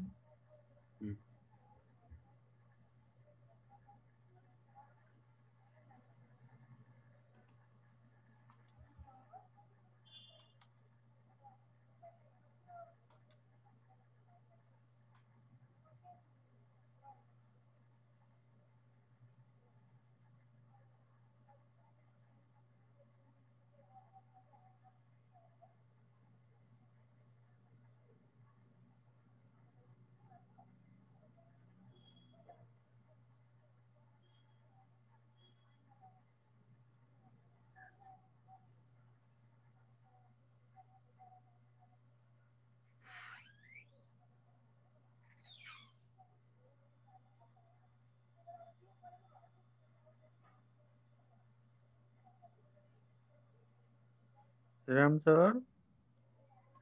Sir. उहाँ चाहिँ उहाँ हुनुहुन्न सर अब हजुर कनेक्सनै गयो इन्टरनेट उहाँको हजुर यताबाट व्हाट्सएपबाट कनेक्ट गर्न चाहे त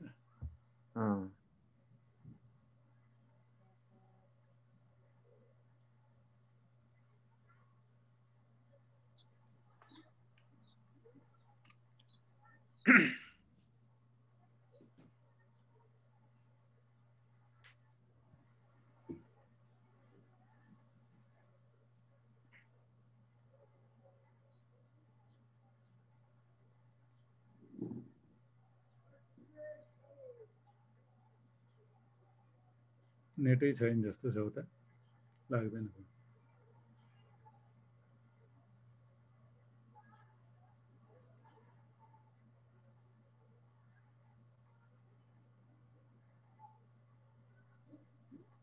हेलो यो करिब करिब टुङ्गिन लागेको थियो के हैन श्रीराम सर हो सर हो अब करिब करिब टुङ्गिन लागेको थियो अब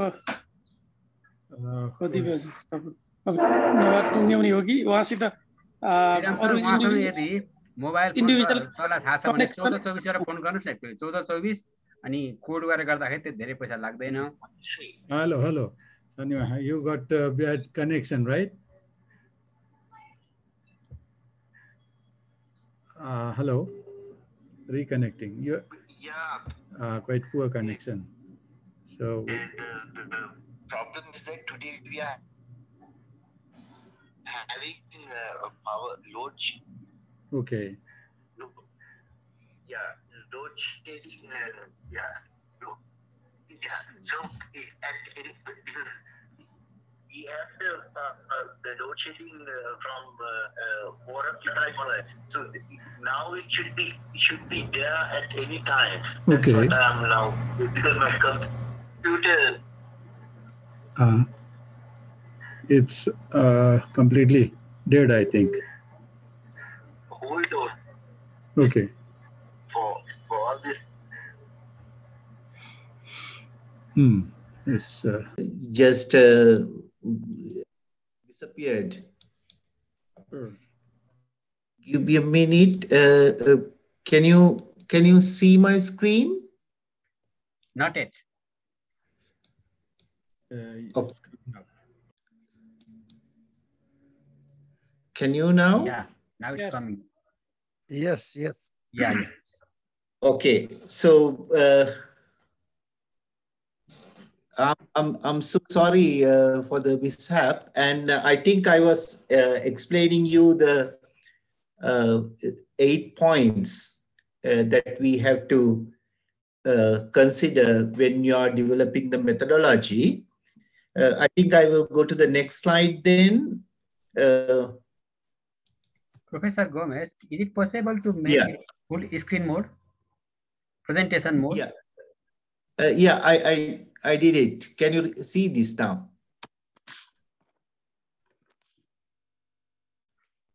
Can you see it in the? No, not yet. Not yet. Perhaps not yet. Coming up. Now, now you go ahead, Sanima. Okay, I think you can. Can you read it? Yeah, we can read it. No problem. Okay. So then actually there are only 3 more slides: expected results and deliverables, which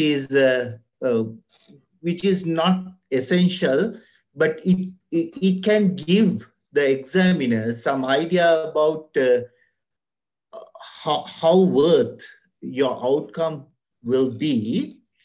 And then it's also very important that you will give a time frame, usually in the form of a Gantt chart, and hope that everybody understand what is a Gantt chart is. It is something like that. And finally, I think this is what I want to tell. The proposal is written for others. Don't keep that in mind. Now, say for an example, when somebody asks, what is research methodology? If you give an answer like this, it's the rational sequence of scrutinizing, materialistic ideology, blah, blah, blah. Very comprehensive English, but nobody will understand it. Okay, so don't do that, because if the examiners and audience cannot understand what you have written, it will be a big problem. So therefore, write your proposal in simple English, and at the same time, make sure that you're not making grammar mistakes. So your proposal should be in good English, not Shakespearean English. Okay, and then I think that is the last slide I wanted to show you. The rest is actually basically about the textbook type proposal writing information. So I'm not going into that. So I think I would better finish at this point, because it took quite a long time, and we'll go for the questions if there are any. Thank you, Professor Chandima, for this very, very insightful presentation and discussion. Of course, people are waiting to discuss with you. But before that, I would like to make a request on behalf of all the participants that is it possible that you share your presentation to the participants? Is it possible, Professor Chandima? You're asking from me? Yes, yes. Is it possible? Yeah, sure, no problem. Okay. I will send it to you. Okay, thank you so much. Thank you so much. Now, shall I read some of the questions, very interesting questions? Sure, sure. Again, although we were discussing about all these questions, now to begin with, again from the question we are hold up from Andras Lavati in objective section. Is it good to change or edit the objectives in the dissertation, which I have already written in the proposal? I mean, once you okay. Yeah, I think the explanation I gave was not audible at that time. Yes. You can change it. It depends on the university. In most of the universities, they will allow you to change the objectives, but you should be able to defend why you have changed them. Okay. So that because as you go ahead with your project, then suddenly you may understand that some objectives are not attainable. Then with the permission of the supervisor, you may change them. But keep in mind that it should not affect the flow of the thesis very much. And also there should be solid reasons why you have changed them. And my advice is that don't wait until the last minute to change the objectives. Better change them in the course of your research work, maybe during the first few months after you started your project. Yes, thank you. Thank you very much, Professor Chandima. And I hope Mr. Dhanraj has understood it very well. Another question from Poonam KC. Physics students can do the research on the field of engineering. I think it's possible, but they would like to hear from you. Okay. Now keep in mind that this is the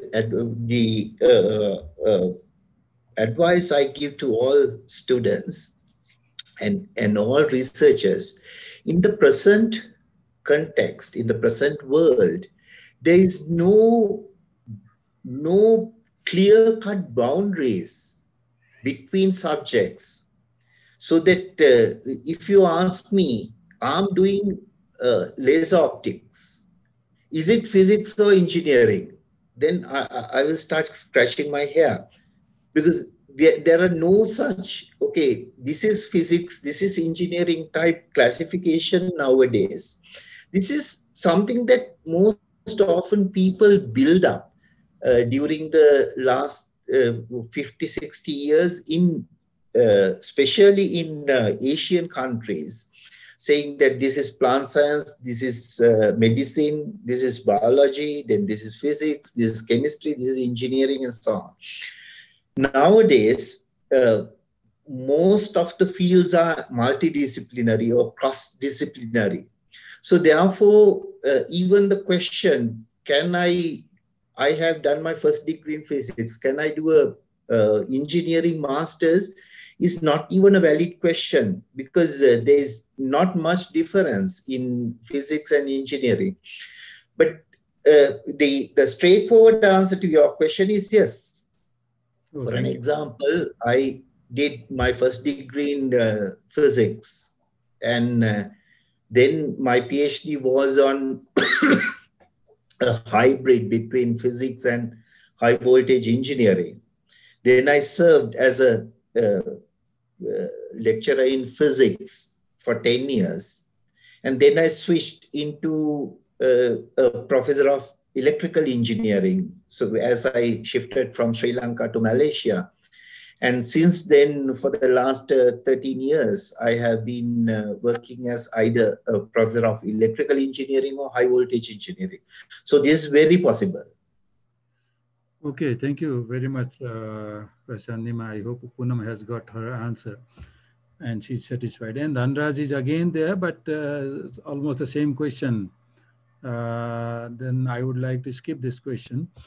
And then another question from Resma Basukala. Please again make clear about RP and RQ.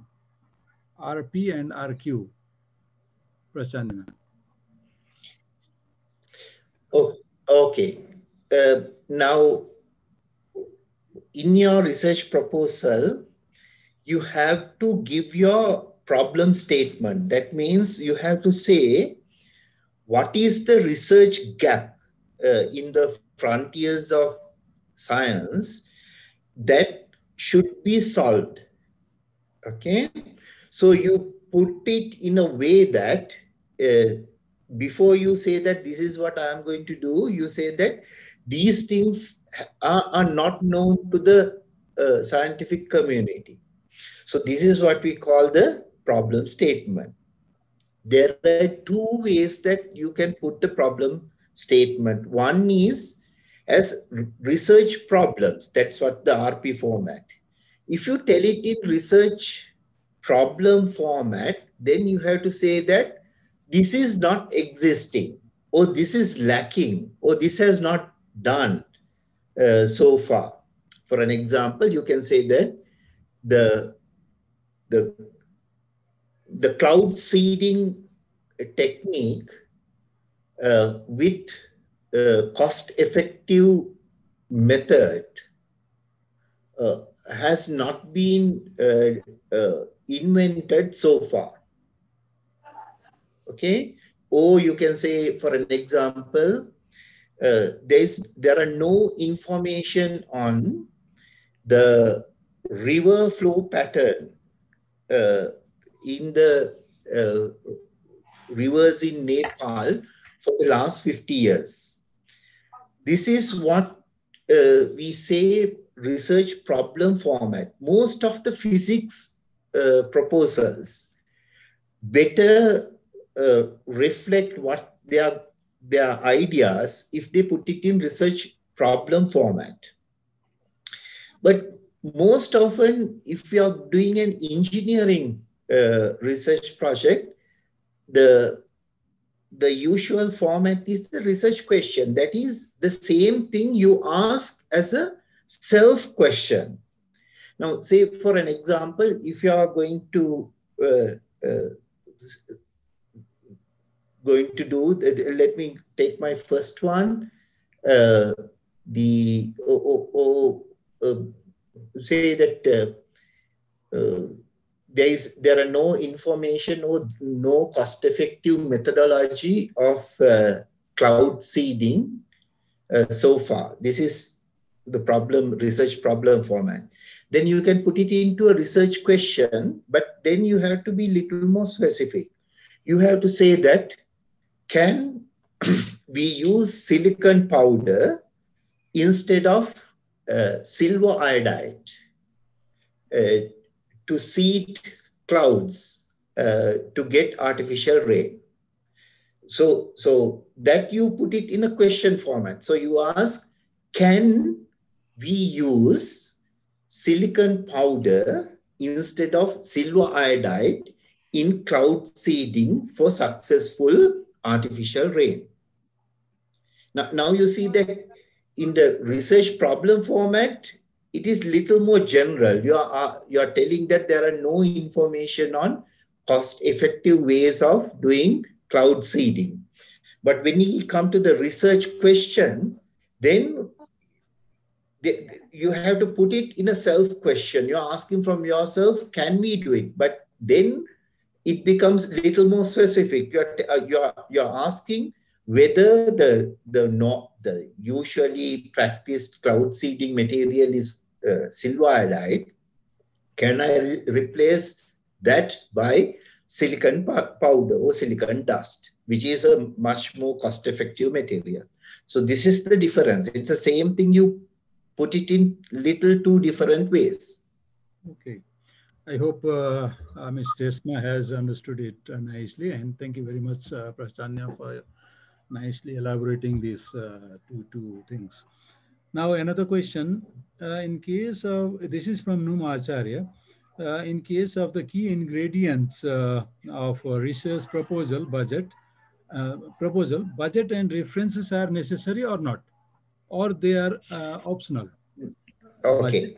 Now the thing is that I told you at the very beginning that I'm concentrating on a postgraduate research project, proposal writing for a postgraduate research project.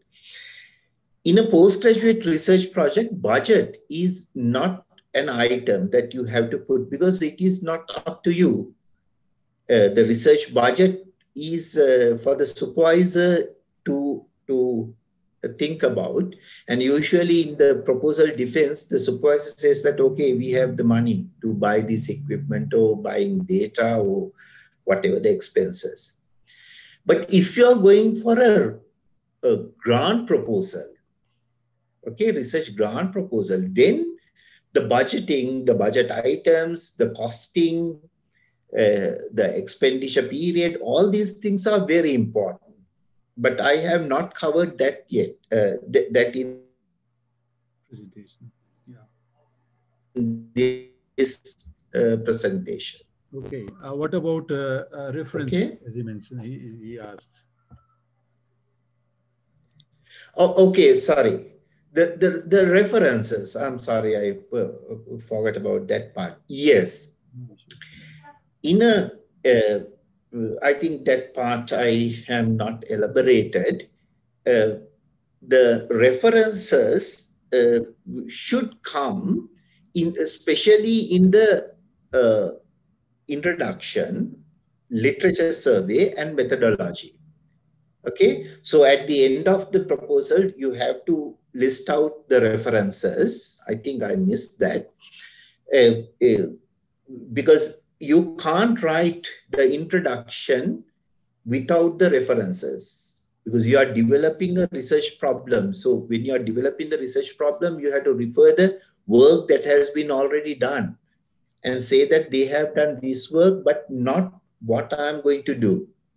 And again, in the literature survey, you have to say that you're going into details of what people have done, giving references, sorry. And then again, in the methodology, you have to tell that, not always, but sometimes you have to say that I'm adapting this method, which has been conducted by this work which has been done previously. So again, then the reference comes. Yes, the reference should be there, irrespective of what type of proposal that you are writing. Okay, thank you. Thank you. I hope Mr. Num has understood it very well. And next question is from Hel Kumar Shrestha. Is this proposal writing valid for all fields? Yes, actually, now the thing is that in all fields, it is the same. Okay. However, in some fields, there are some sections little more emphasized. Now, say for an example, if you are going to medical research or survey research in sociology, then a much more prominence should be given to the ethical clearance. So that you have to include a section on how we are going to get the ethical clearance, which is the ethical clearance body, and what is the requirement of the ethical clearance, within what frame of ethical reference that you are going to do this work, and so on. Okay. So in the engineering, as I told you, the research question form is important, and also in the methodology, you have to specify little more on the time frame and the availability of equipment more than in a basic research, especially in applied research.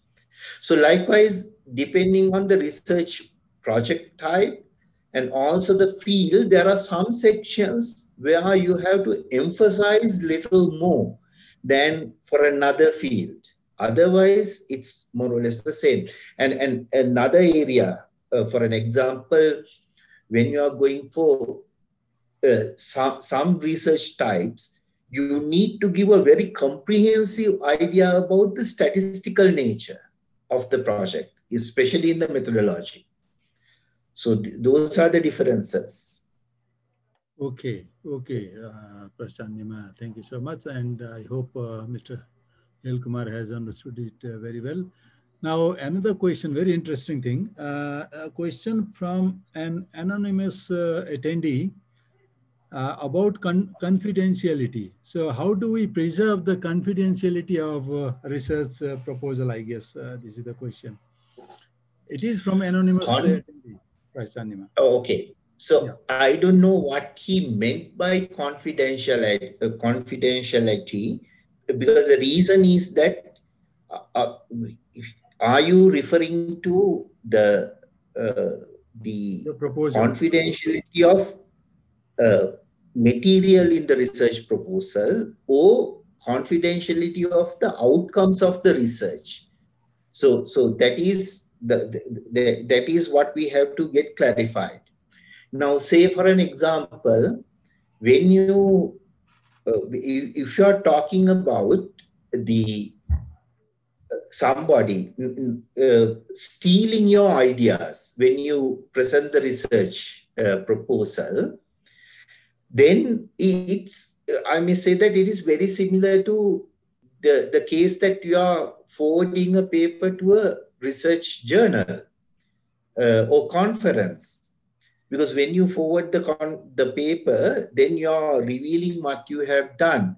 So there are some international ethics which says that there should be some confidentiality at the reviewers should maintain of the information that they are getting. It is the same thing applied to a proposal defense. When you forward the proposal,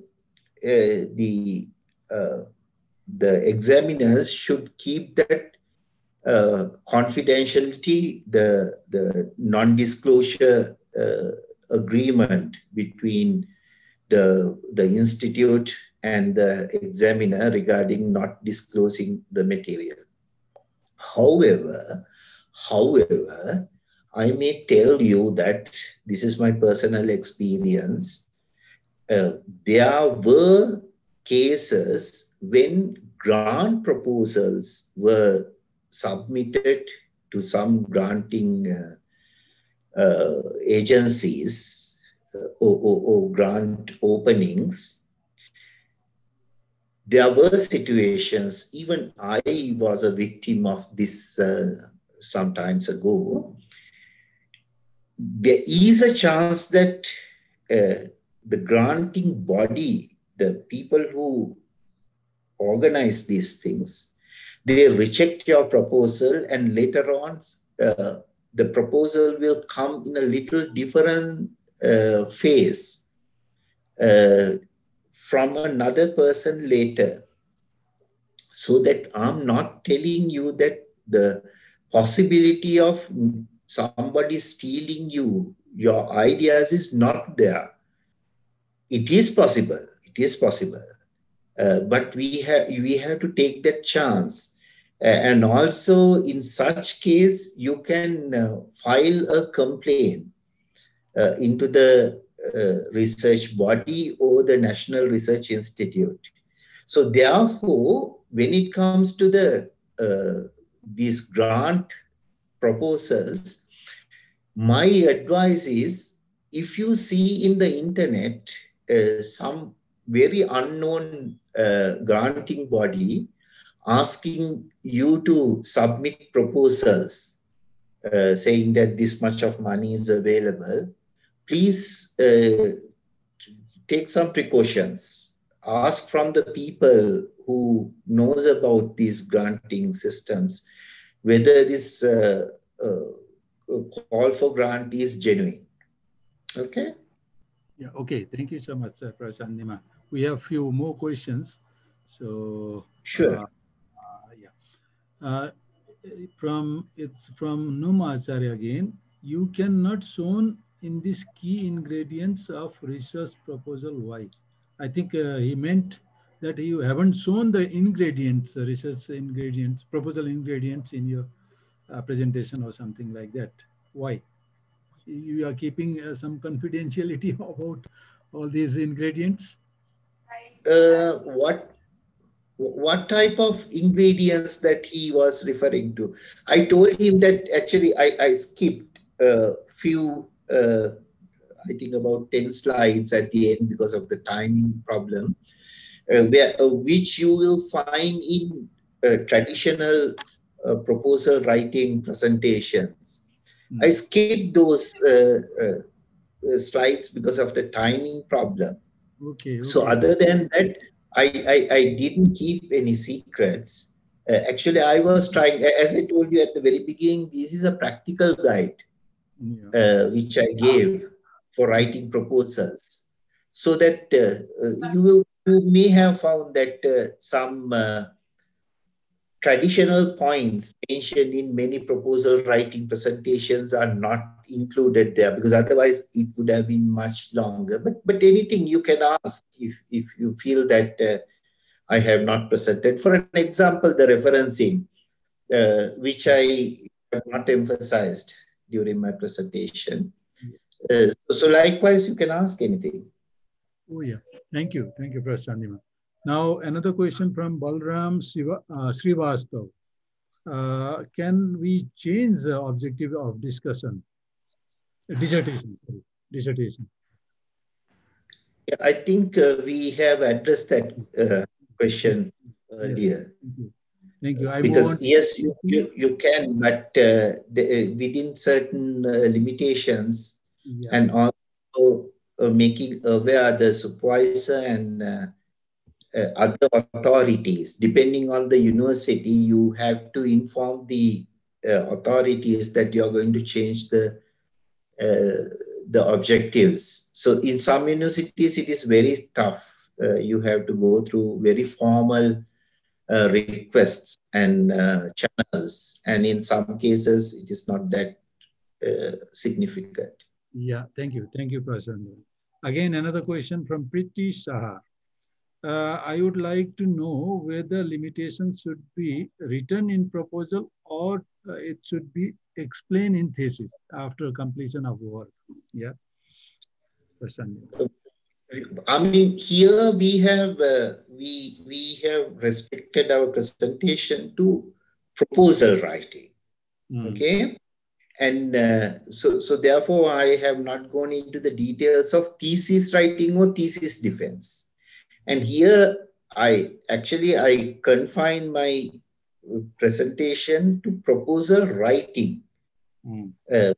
Actually, in my research methodology course, there is another 3-hour lecture on defending proposals and theses. So that's a different topic. The person who asked the question has asked a very valid question, actually. Writing a proposal and writing a thesis and defending a proposal and defending a thesis, they are somewhat different. The approach to each of these are different. So that if somebody asks me, what are the important points of defending a proposal, then I may have given another 1 hour presentation on that, on how to make the examiners understand what is the research problem that you are going to research on, and how important it is, and why the examiner should take it seriously. You have to give examples from the field. And okay, yes. Okay. Thank you, Prasanna. Next question is from Yogesh Maharjan. How researcher on proposal writing convince panelists that he or she has a novelty on proposed work? How to sort out a dilemma of choosing specific research topic having national priority for theoretical physics, or how to convince panelists writing good, maybe these are too many questions.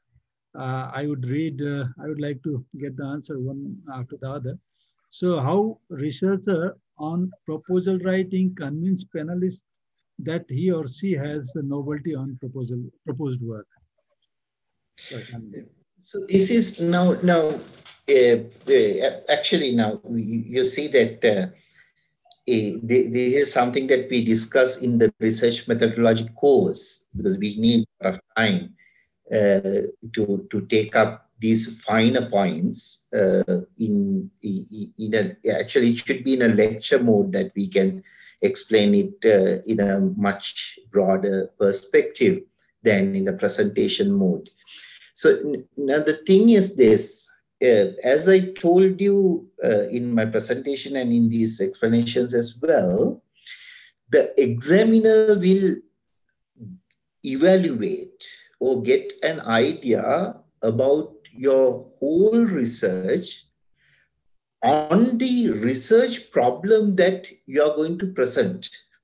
That's why even in the presentation I was giving very high emphasis on identification of the research problem, because you have to write in such a way that the examiner will understand this is a really existing research problem. That's the first thing. The research problem is existing. You can't give abstract research problems. You can, but the chances of your proposal getting through will not be that high. Abstract means you imagine a problem. Okay. Now, say for an example, in the present day, if I take in the present day context, somebody might say that one of the biggest research, say that one of the very valid research problem is up to how far a COVID-19 virus will exist from a patient. So if a patient is here, what is the maximum distance that a COVID virus can travel after he exhales the virus while he is breathing?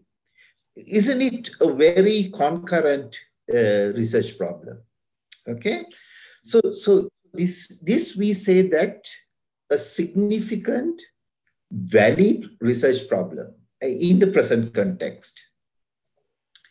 However, just 10 years ago, if you have put the same problem, you say that you say for an unknown disease, unknown breathing disease, I'm going to find for any breathing disease what is the maximum extent a virus will travel from the disease, the person with the disease.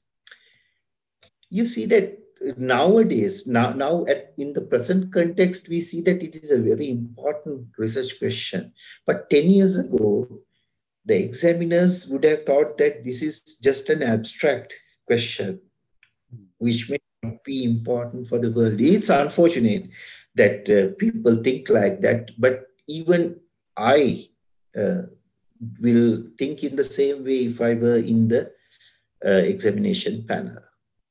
So finally, what I am trying to tell you is that if you want to convince the examiners about examiners or evaluators about your research proposal, the key point that you have to emphasize is the validity of your research problem.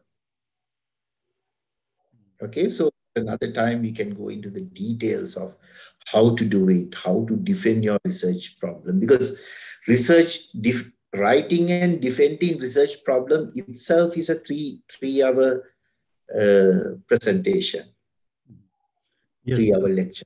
Okay. Next question from the same gentleman. How to sort out the dilemma of choosing specific research topic having national priority for theoretical physics? Can you repeat the question? I didn't get it. How to sort out dilemma of choosing a specific research topic having national priority for theoretical physics? Okay, I don't see any dilemma there.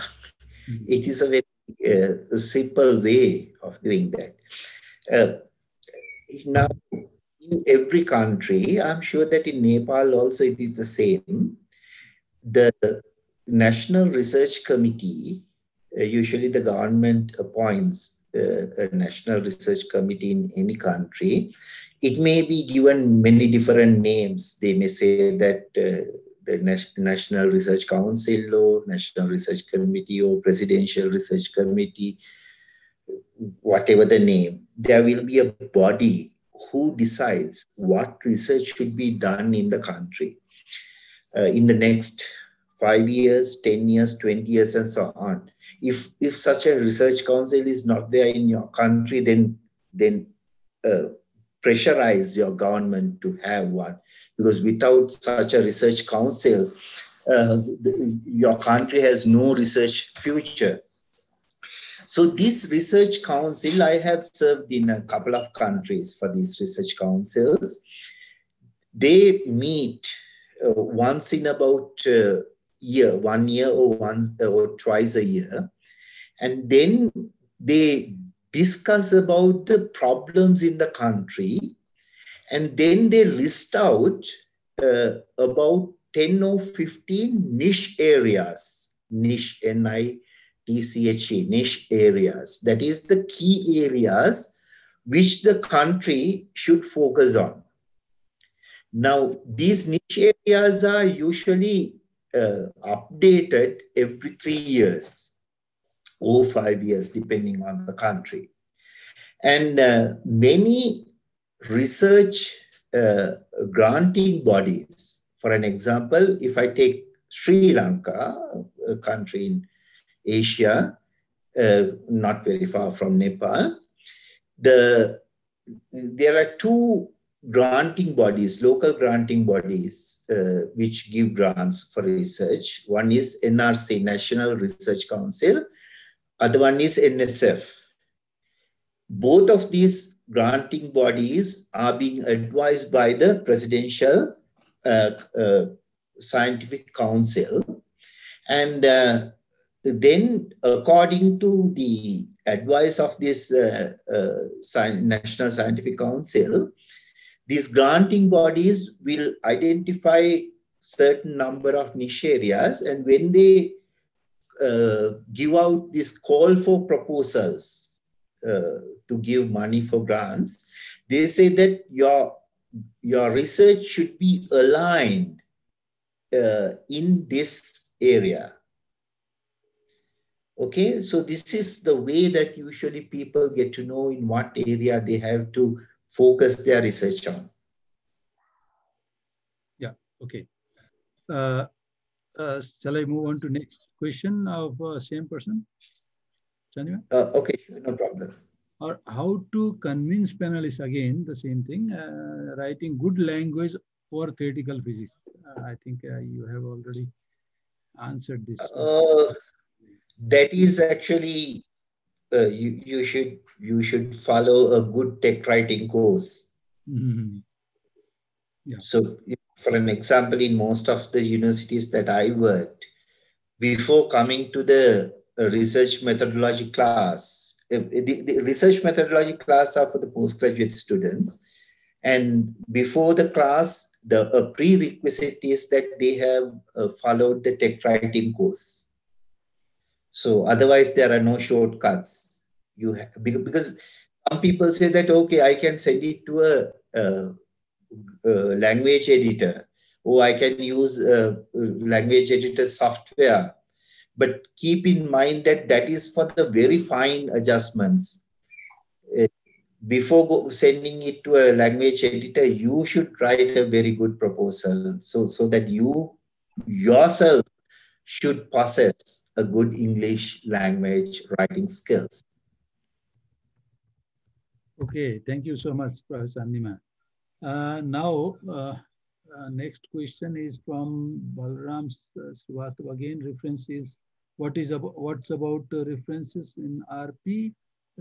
I mean, it is necessary to show. Yes, I think you have already answered it. So I move on to next question from Anita Mishra. You mentioned that the objective of writing style is different according to RP and RQ format. Will you explain this in detail? No, I didn't say that writing style is different. What I said is that if you write your problem statement in RP format, then it is easier for you to develop your objective. Say, for an example, if you say that at present, these information are not available, then your objective can easily be developed in line with that, saying that to find, to develop, to investigate the particular information that you said that is lacking at the moment. Okay, so in the problem statement you say this information or this technology or this method is not there at present. Then in the objective you say to find, to determine, or to do whatever the thing which is not having at the moment. If you write it in research question format, your research the problem statement, then you're asking, can we do this? Or can this be used to give solution to this problem? And then what I said is that in the objectives, you have to write in a way that you are answering that question. So in this case, there may be more than one objective for a single research question. But if you put it in research problem format, usually for one research problem, one objective. But for research question, one research question may have several research objectives. Yes, okay. A couple of more questions, Professor Nima. What is the difference between general and specific objective, importance of the title? Difference between general and specific objective. General and specific objective. Okay. Actually, now the thing is that it depends on the way that you are writing your objectives. In most universities, they don't expect general objectives or specific objectives. You have to write, especially if you're writing your problem statement in RP form, you just write everything in giving equal significance to each objective. However, usually if you go to the research question format, RQ format, then one RQ may have several objectives. So in that case, first you write a general objective where you say that this particular research question is solved. Okay? And then you write few sub-objectives. These are called specific objectives, telling more specific details or giving more specific details on how you are doing it. Say, for an example, you say that to find the electrical properties of transformer oil. Then in the sub-projects, you can say to apply method X, Y, and Z in finding the flow rate of liquid. Then to adapt this method in doing that. Likewise. Okay. Okay. Yeah, that was the question from Dr. Sanju. Now, next question is from Vikas Taman. All the research work produce new things. If it is happening, then why only few research is published and usable in the world? So I think the question says that only few research articles are being published, others are not. So why, even though all the research work okay. Yeah, see, there are so many reasons. One is that you think that some research, whatever the research you do, you think that it is new. But sometimes people find that it is not that novel. Okay. And the other reason is that, okay, you have come up with a novel thing, a new research outcome. However, it is not significant for the others, at least in the time frame that you are living, so that the journals are not interested in that. Third and most common reason why your research is not publishable is bad writing.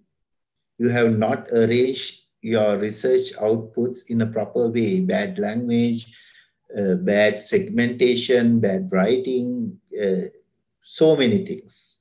So keep in mind that people who publish journals, they are interested in more people reading their journals. So they would like to have properly prepared paper to be included in their journal. So there are so many reasons. Okay, thank you. One more question is from Sarojre, I think. Sarojre. While writing a proposal, I came across quality control in the methodology section. What does this mean and signify?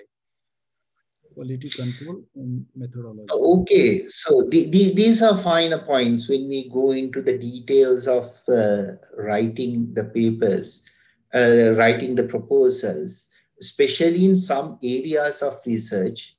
There are, as I told you, that there are some points or some subjects, some areas which you have to highlight.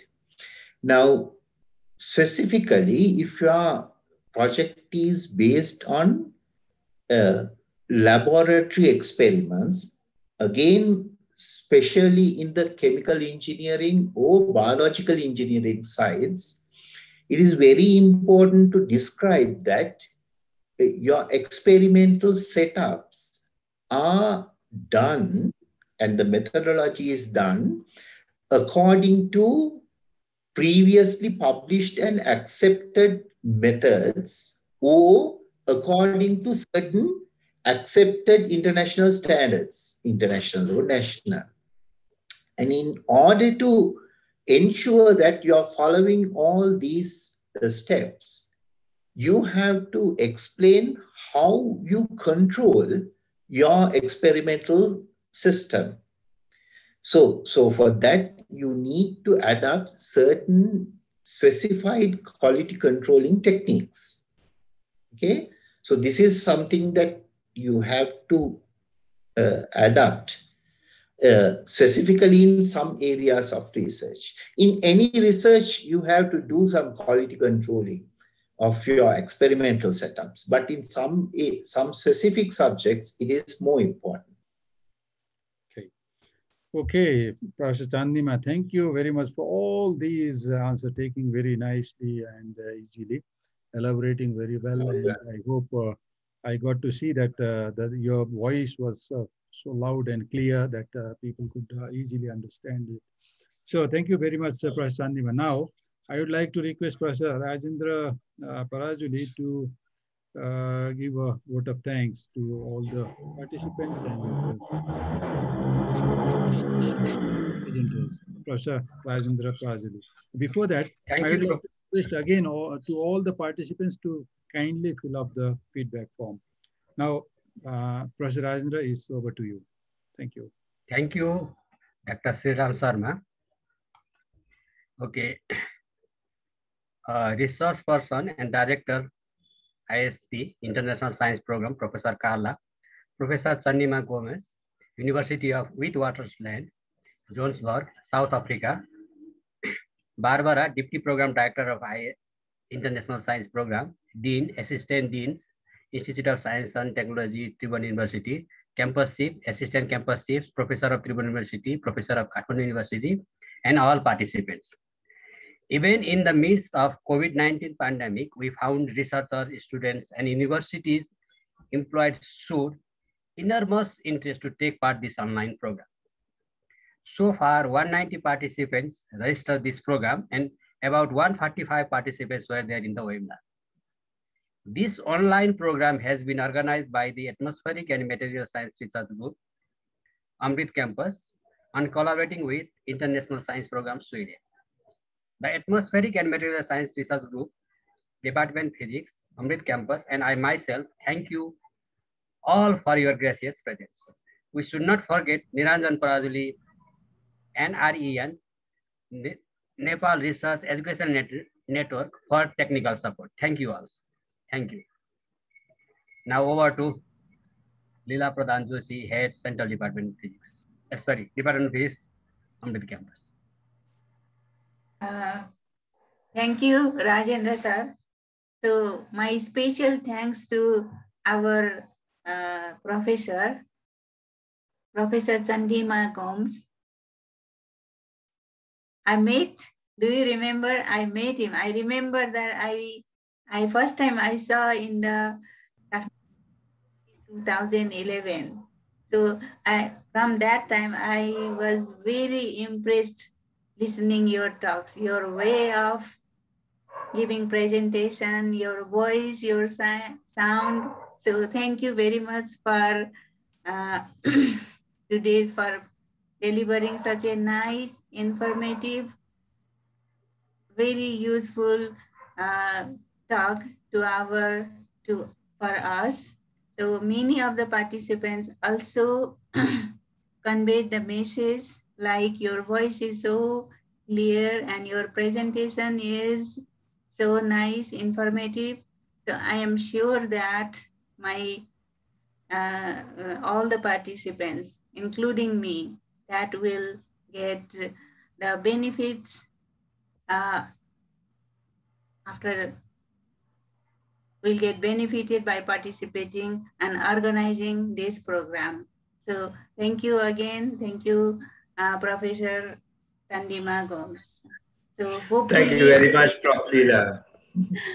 Hopefully we will be in touch and we will give more seminars collaborating with you. Thank you, sir.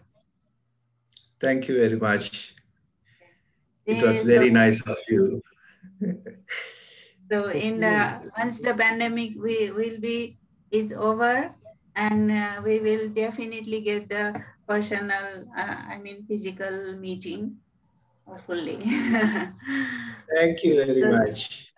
Thank you, Professor Chandima Gomes, as well as all professors. Okay. So I'm so sorry for the interruption. That's okay. Because right now we are all at the home. That's why it's not a big problem. Even though we did some discussion during that time. So it was also we could say we used the time. We did not waste the time. Okay, that's great. So, okay. With that, Sriram sir and Rajendra Parajuli sir, Professor Dr. Naran Sabagai sir, I would like to say that we conclude this online program and we end the program here. Thank you. Okay? Thank you all. Very much. So, have a good time, Professor Chandima. Good day. Okay, thank you. Good evening. Thank you. Take care. Namaste and bye-bye. Okay. Thank you.